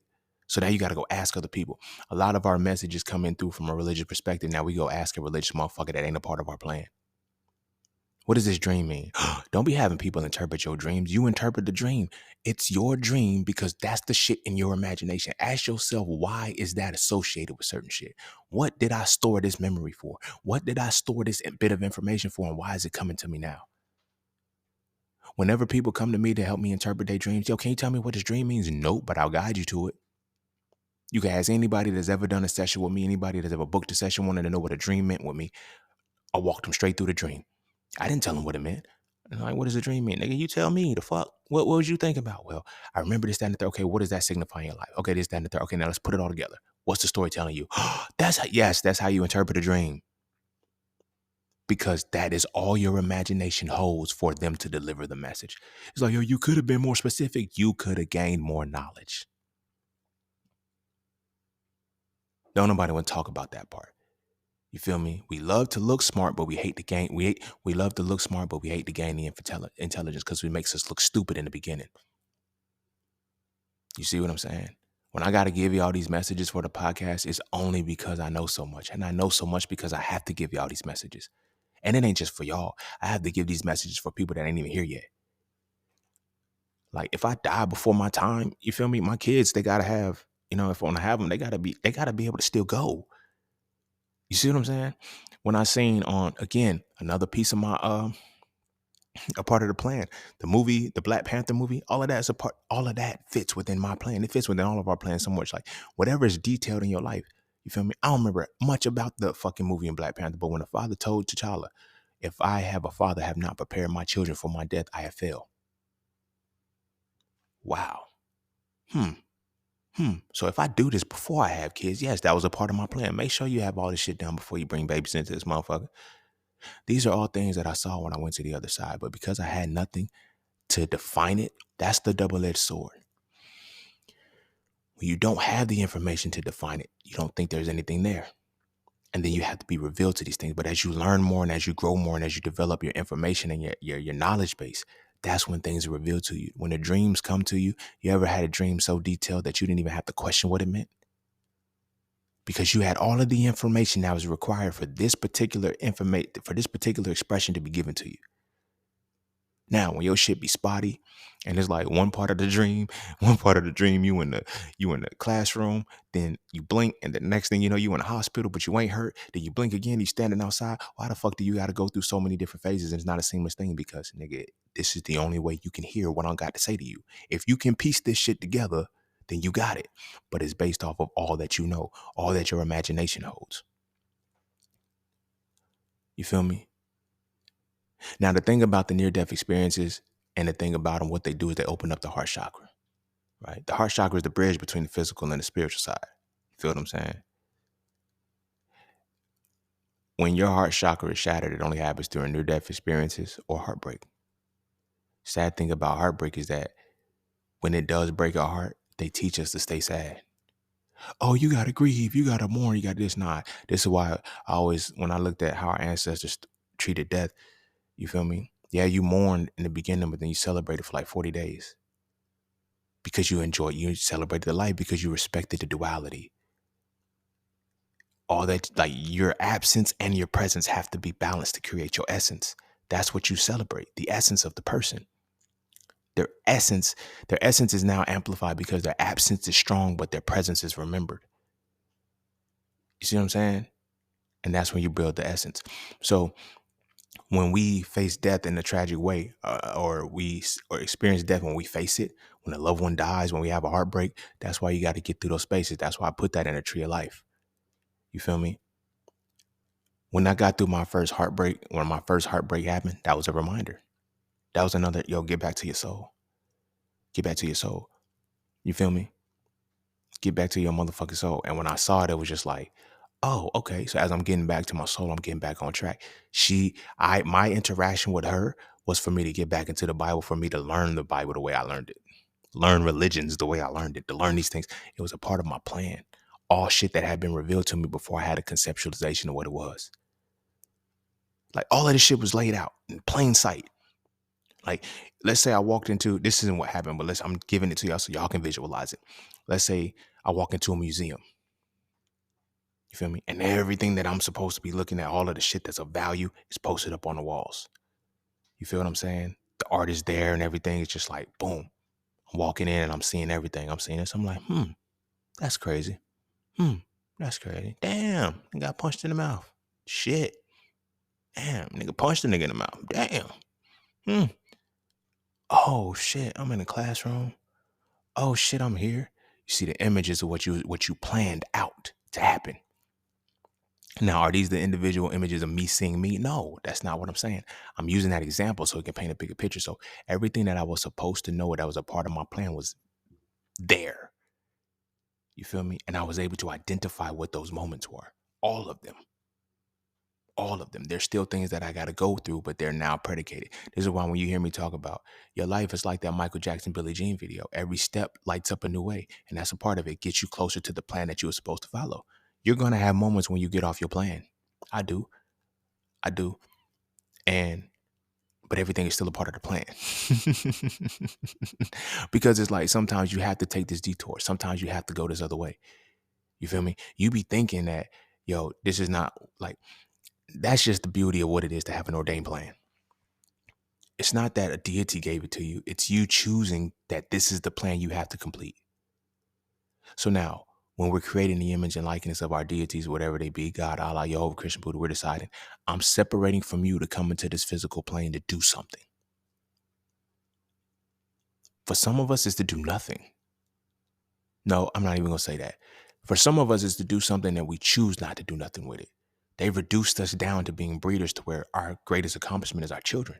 And then we get older and we feel, oh, I'm unfulfilled. Women, it happens to them all the time. Not all the time with men, because men, we can sometimes be accomplished based off status. But most of the time as women, it's like, oh, I feel unfulfilled in life. I feel because you're not fulfilling your plan. You're not completing your plan. You feel me? Fuck finding your purpose. You're not completing your plan.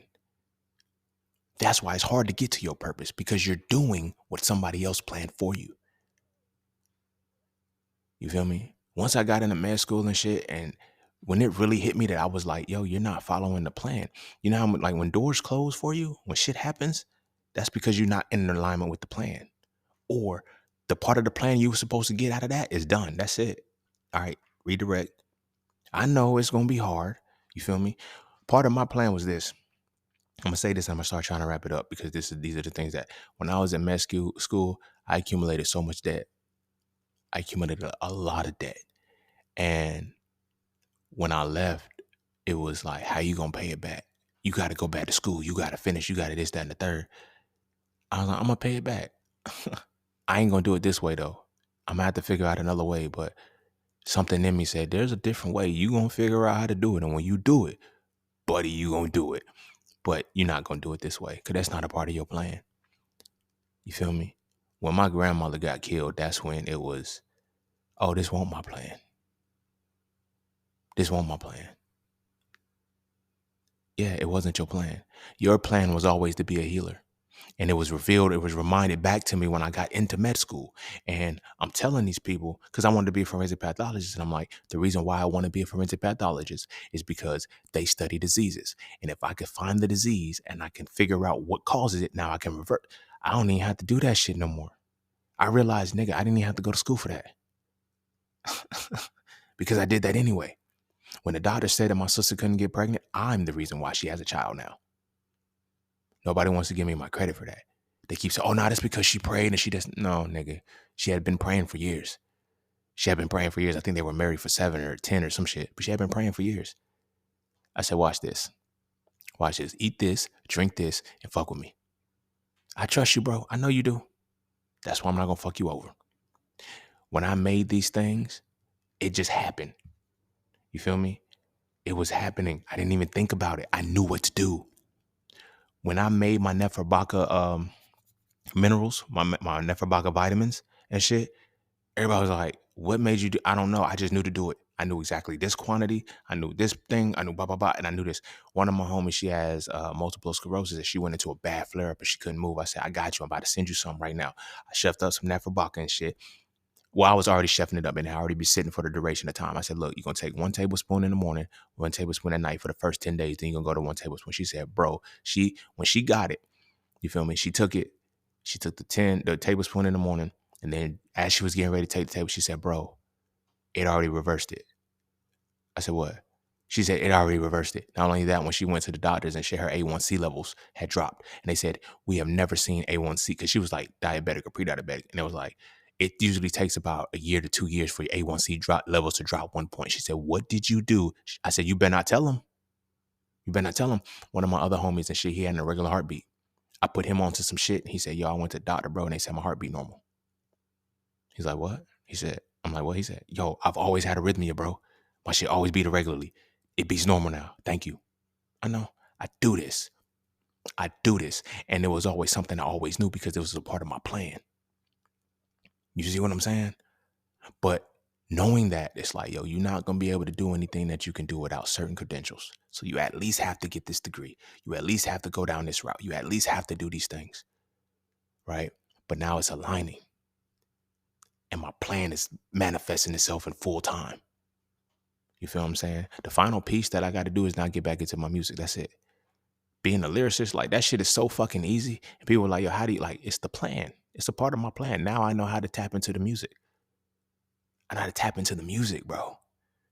And I learned the science behind the music of why it's supposed to be used. Again, that's another part of my plan. You're going to see how it plays out. If you've even heard some of my jam sessions so far, and those are jam sessions where I'm actually practicing and developing my mastering skills. I already developed the producing. I can make a beat like it ain't shit. I already can write the dopest shit ever. You feel what I'm saying? The most conscious shit ever while still making it the most ratchet shit. I learned how to find that blend. One thing I didn't know how to do is actually produce the sound. You feel what I'm saying? And that's what I'm mastering now. So if you listen to the sessions, they're getting better and better and better and better and better because I'm studying and learning. And I'm doing it in such a way that I'm cheating the game. It seems like I'm cheating, but it's not. This is a part of your plan. When you know what your plan is, it's like a divine orchestration, it seems. And it is a divine orchestration because you are in line with who you are. It seems like you can't miss when you follow your plan. Some of us don't even realize the power of a plan in general. When you stick to a plan, you go to work. They got a plan for you to do every day. And the system of the job is supposed to work smoothly if you follow the plan. You deviate from the plan, shit goes crazy. Your soul came into this motherfucker with a preset plan that it was going to complete. Now, here's the reality to that. I'm going to say this. I'm going to really try to wrap it up. You don't come into this plane with what you want to do. It's what you're going to do. I'm going to say that again. You do not enter this plane with what you want to do. They fuck you up in elementary school, career day, and all that shit. What do you want to be when you grow up? No. Your soul came into this place with what I'm going to do. These are all of the things I need from beginning to end to do what I need to do. You're going to do them. You're going to do them. And every time you try not to do them or you try to deviate from them or you get convinced out of position, you're going to get some shit. Shit going to get fucked up with you. This is why I tell people, it's not like people like, yo, my spirit team don't play about me or blah, blah, blah, blah, blah. Nobody's spirit team plays about them when you get violated along your purpose. When you get violated along the plan you were supposed to be completing.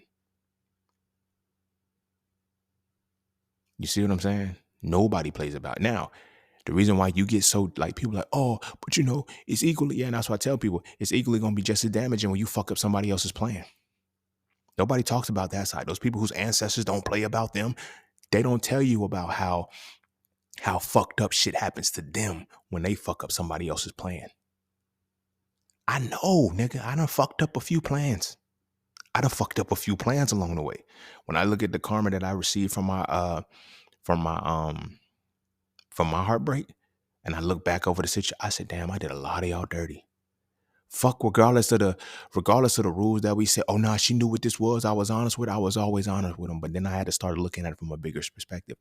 That moment with me took away from their plan. I don't know what their plan was for life. Whatever I did to them, it deviated them from their plan a little bit.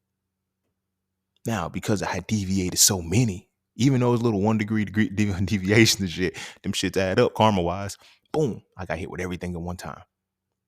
Oh, you like deviating motherfuckers from their plan, huh? Seducing women and doing this shit like that? You like being a ladies' man, huh, nigga, huh? We gonna show you what it is when a lady takes you off your plan.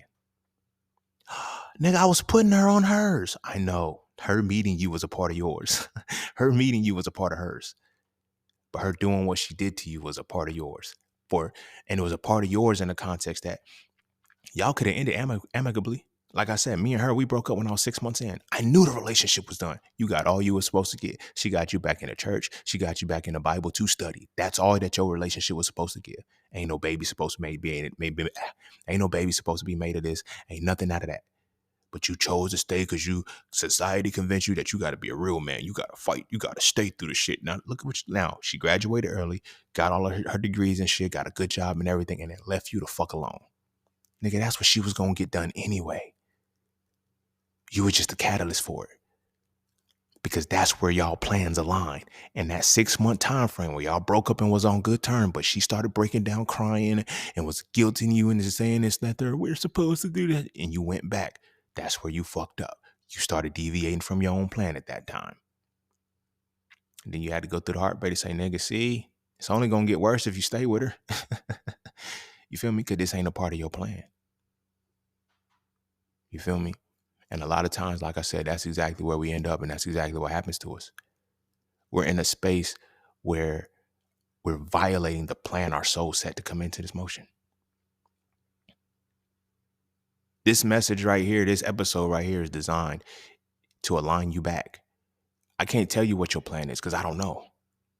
This is why I'm like, yo, I can't even this is why I tell y'all, your purpose is found on the other side of your pain. We live in a painful world. That's the only way niggas learn, through pain. So every reflection, the reflection of the people around you is designed to show you the reflection within yourself. You feel me? And it's supposed to lead you back into what your plan is.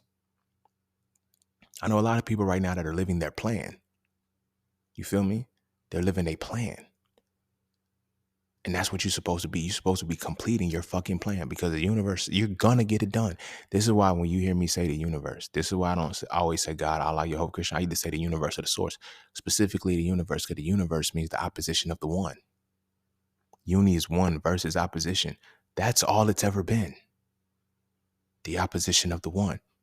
You feel me? Now, when you know what that one is, you know that it's you. And then when you know that when you know that you can come to terms and finally make peace within the oppositions of yourself, you realize that there's only one singular essence that is there. And that is you.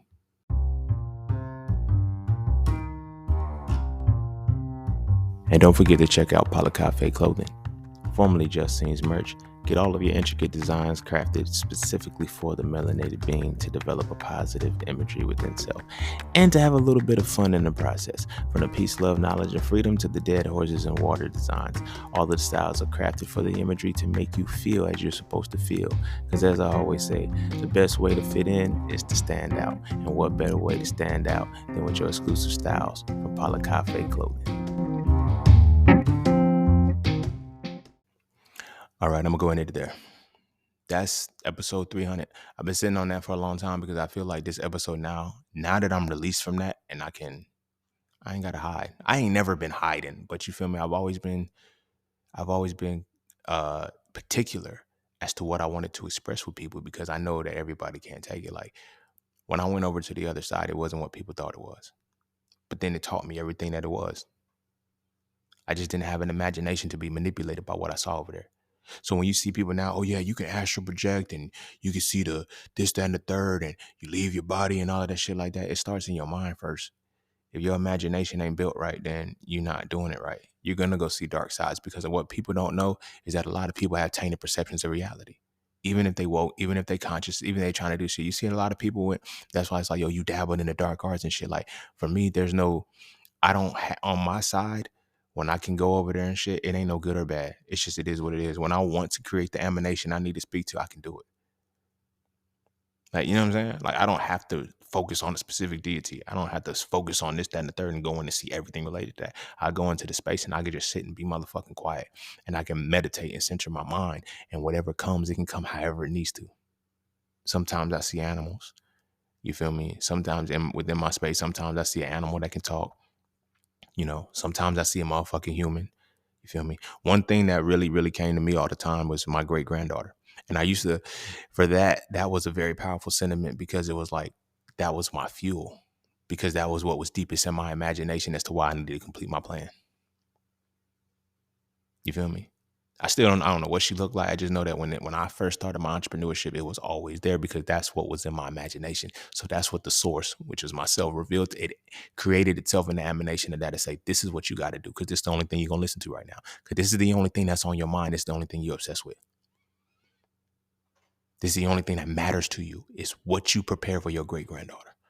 Now that I prepared all the shit, she don't show no more. She don't show no more.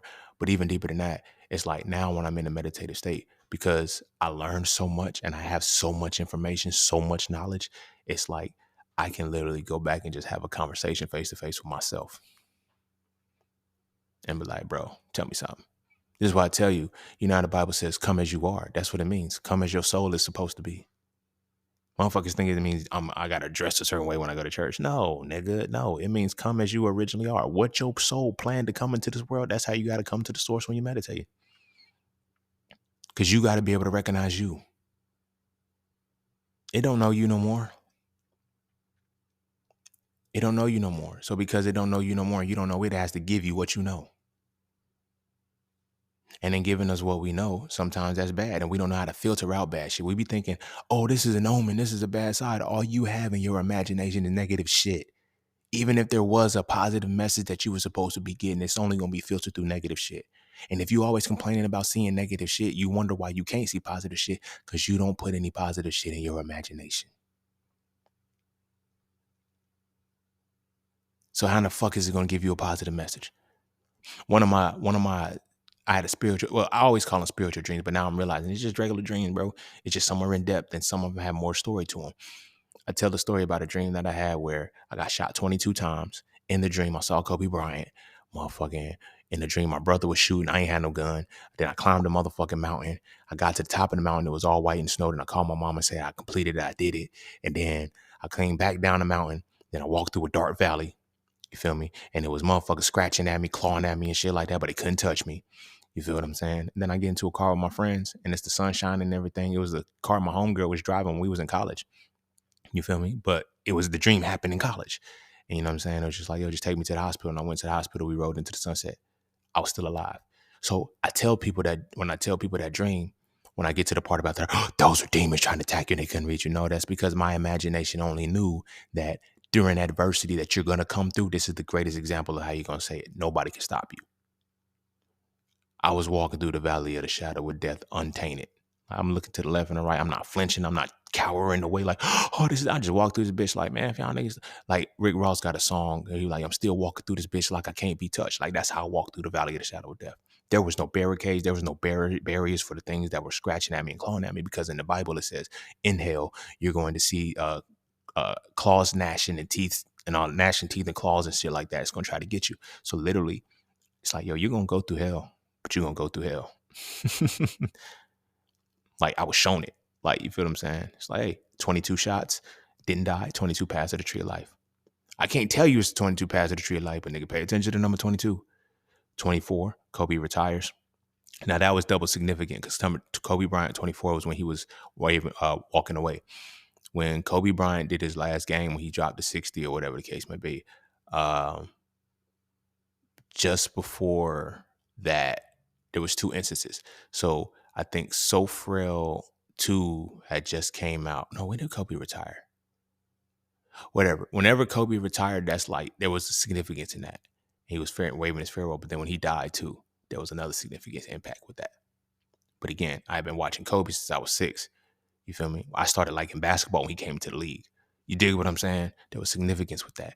It's like, yo, he's going to have relevance. There's going to be something you got to pay attention to him. You know what I'm saying?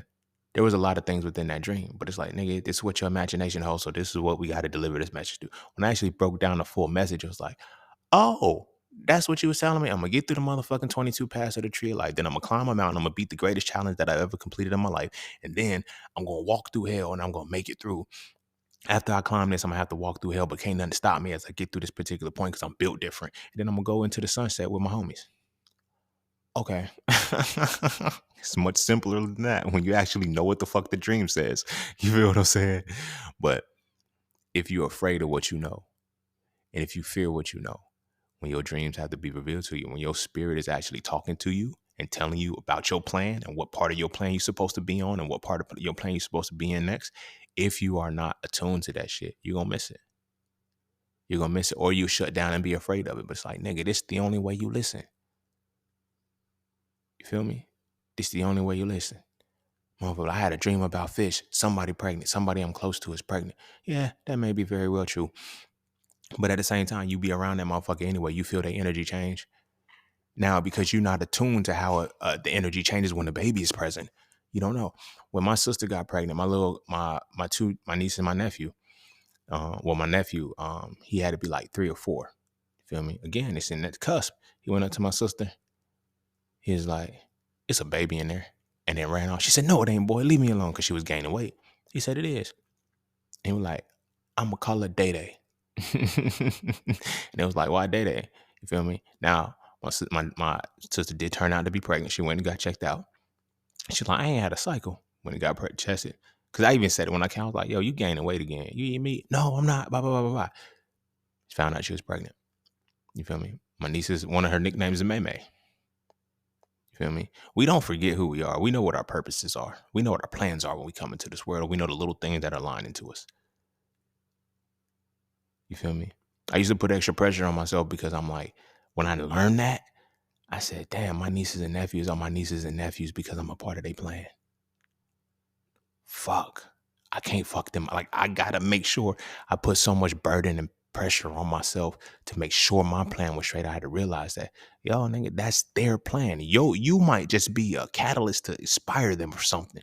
You may not have significant impact in their plan. But it's not until you register your plan that you stop trying to dictate everybody else's and you stop trying to control everybody else's soul plan. You play your plan to completion and you apply and you step in where you need to when people need you in their plan. That's one of the reasons. That was one of my vices with relationships. I was a part of their plan for that particular reason. Now, oh, what if I spin the block and this, that, or third? I ain't spinning shit. I ain't spending shit. This was your plan aligned us at this point. My plan aligned us at this point. If we separated, that means that's when our plan said, let it go. You still thinking about me trying to come back? Or what if? Ain't no what if for me, because if you were a part of my plan, you would still be a part of my plan. My plan would not have continued and I would not have progressed in your absence. Now, on the other hand, if you didn't progress in my absence, because you knew that you were supposed to get something from me that you chose not to, now you got to come back, but you fucked that up. So guess what you got to do? Come back in the next lifetime and do this shit again, or find another motherfucker who can catalyze, or find a way to use what I had already gave you to catalyze you the best, to help you along your plan. That's what a lot of motherfuckers can't do. They don't know that because they don't spend the time to actually know this was a part of my plan. Like, that's when they tell you, oh, this is the plan of God, the will of God, the divine alignment, all of this, all of that. Like, that is the plan that your soul said, I'm coming in this world to do. You don't need permission. You don't need none of that shit. You don't need to ask nobody. You just need to understand what your plan is. And your plan is revealed to you through the people that you reflect around. That's the position that you are within your plan. The longer you wait to accept that, the longer you wait, the slower it's going to come. People be thinking my life is taking off fast, and it's not. It's taking off according to plan. You feel me? If anything, it slowed down because I was supposed to be here a longer time ago, but I didn't know what my plan was. I know what my plan is now, so much so that I executed consistently, especially over the last couple years, that it's like, damn, this is my plan. Yeah. Me being secluded, not showing my face on social media, it wasn't like, nigga, that was a part of the plan. Y'all couldn't see me because I needed to understand who real people felt like. The people that saw me when I was invisible, they were part of my plan. So I'm not distracted in the future when new people come in. Oh, nah, you can't. You didn't see me when I was invisible, so you don't know that I know when invisible. You didn't see me when I was invisible, so you don't know that I know that you only see me because I'm visible. You see what I'm saying? I now know what it feels like to have somebody see you when you're invisible. So I know what it looks like. I know what the women I'm supposed to have in my space. I know my homies that I'm supposed to have in my space. I know which family can come with me. I know which family can't, because I know who saw me when I was invisible. Because when I was invisible, that's when I was a part of the plan of my soul. That's what hermit mode is. That's what a lot of us go through. When we in that space where our plan, when we're in hermit mode and the only people that can see, we're living on our plan. And of course it's hard. Of course it's dark. Of course you're lonely, but you got to pay attention to the people that you see, not the people that you want to be there, people that are there. That's who is a part of your plan. That's what the stuff along your plan feels like. So it makes it easier for you to identify. Accept that, honor that, and value that, and understand that what you see, what is on the other side is only you. That's it. It's only you and your imagination. So if you want to have a vivid imagination, you want to learn more, you want to grow more, you want your thoughts to be more pristine, you want all of these things to be, your dreams to be more vivid and shit. Learn more shit. Read more books. Study more words. Break down the words in the etymological terms. Learn this shit, and you'll start to see your visions open up and broaden. These aren't like specific downloads and shit. Like, the reason why I'm able to get downloads like this is because it's like, nigga, of all the motherfuckers in this motherfucking space, you the only motherfucker that study enough for us to get whatever message we got to get through. This is why I don't have to spend time always talking about masculinity and talking about bullshit. Like, I'm so beyond masculinity now, it just comes up. These so-for conversations are like, I'm able to see what other people can't. You know why? Because I have an imagination that other people don't have, because I study what motherfuckers refuse to study. You see what I'm saying? And it turns into profane profanity. But I'm going to go into there. Go kiss your babies. I'm going to go ahead and end it there because that's episode 300. Now, going forward, pew, we can take the mask off. Well, the mask been off, but now y'all get to have fun. Y'all get to have fun, and y'all get to see the importance of what it is to just follow your plan. Just follow your plan. That's all you got to do. But know what it is. And I've been showing y'all since the beginning 12 laws of the universe, the chakras, the astrology, the human design, all of these different things. Those are just points to show you how to get back to that, to understand what it is. These aren't things that you got to believe in. These are just milestones that you have to realize. Oh, I'm the plan, and I chose this life to be the plan. So everything that happens is based on my decisions. That's why I tell y'all, gods and devils are the consequences of your decisions. You feel what I'm saying? Literally. Consequences of the decisions along your plan. Most of us just happen to be walking the plan the wrong way. That's why we have more busy devils in our lives. When we walking it the right way, oh, I'm blessed, I'm this, that, and the third. No, nigga, you just making the decisions necessary to make your plan come to fruition. That's it. Don't make it more mystical than it has to be, because once you make it a belief system, you stop gaining understanding in life. And then once you stop gaining understanding in life, you stop fulfilling your purpose. And you stop fulfilling your purpose because you stop executing your plan. The plan you chose to come into this motherfucker with. Feel me? But I'm going to go ahead and end it there for real. Go kiss your babies. Make sure they eat their vegetables. And our kids, honor that verse. I don't care what you believe in, but those are real terms. Train a child up in the way that they should go. They already decided on their plan. They chose you as their parents. Because you the two motherfuckers that are going to help me execute my plan the best. You two. And everything associated with you two motherfuckers is my duality. From that point forward, everything you two niggas do, I have to figure out how this now creates my plan. And you got to teach me decision-making skills. You got to teach me understanding. You got to teach me how to obtain knowledge. You have to teach me how to understand myself. You have to teach me these things. So now I can merge my singularity into divinity without dividing duality and trying to pick a side. Oh, I got to be more like my daddy. I got to be more like my mama. You feel what I'm saying? And I get, oh, what if somebody was adopted? It doesn't matter. You were adopted by another family. That means that your plan said, I don't even want my biological parents. My biological parents can't be a part of my plan. Or if they are a part of my plan, it has to be later down the line. You dig what I'm saying? Sit with that. Like, that's your plan was to do that. Look at your, if you change your perspective a little bit differently, you'll see it differently. If we get our kids in motion to know, don't come in, what do you want to be with? Who are you right now? Because you already chose to come into this family. You blessed me. You blessed me by giving me the task of helping you stay on your plan, helping you complete your plan. You see what I'm saying? When people hit me up and shit and be like, yo, bro, I want you to look at this business plan that I'm looking at. That shit's an honor. Imagine that. So nigga, baby coming to this world, hey, parent, I want you to help me complete my spiritual plan. The plan I chose to come into this world to do, that I'm gonna do. You have to help me do it. And the whole time you silence them. The whole time you beating them. The whole time you muting them and you're taking them further away from their plan. Stop doing that to our babies. They trained us to do that to our own children. Why do you think that is? Why do you think that is? Because they understand the power of the soul for real. My love. Now let me stop. My bad. Hey, look, go kiss your babies. Make sure they eat their vegetables, and I'm gonna see y'all all on the next one. Peace, love, knowledge, and freedom. I'm out.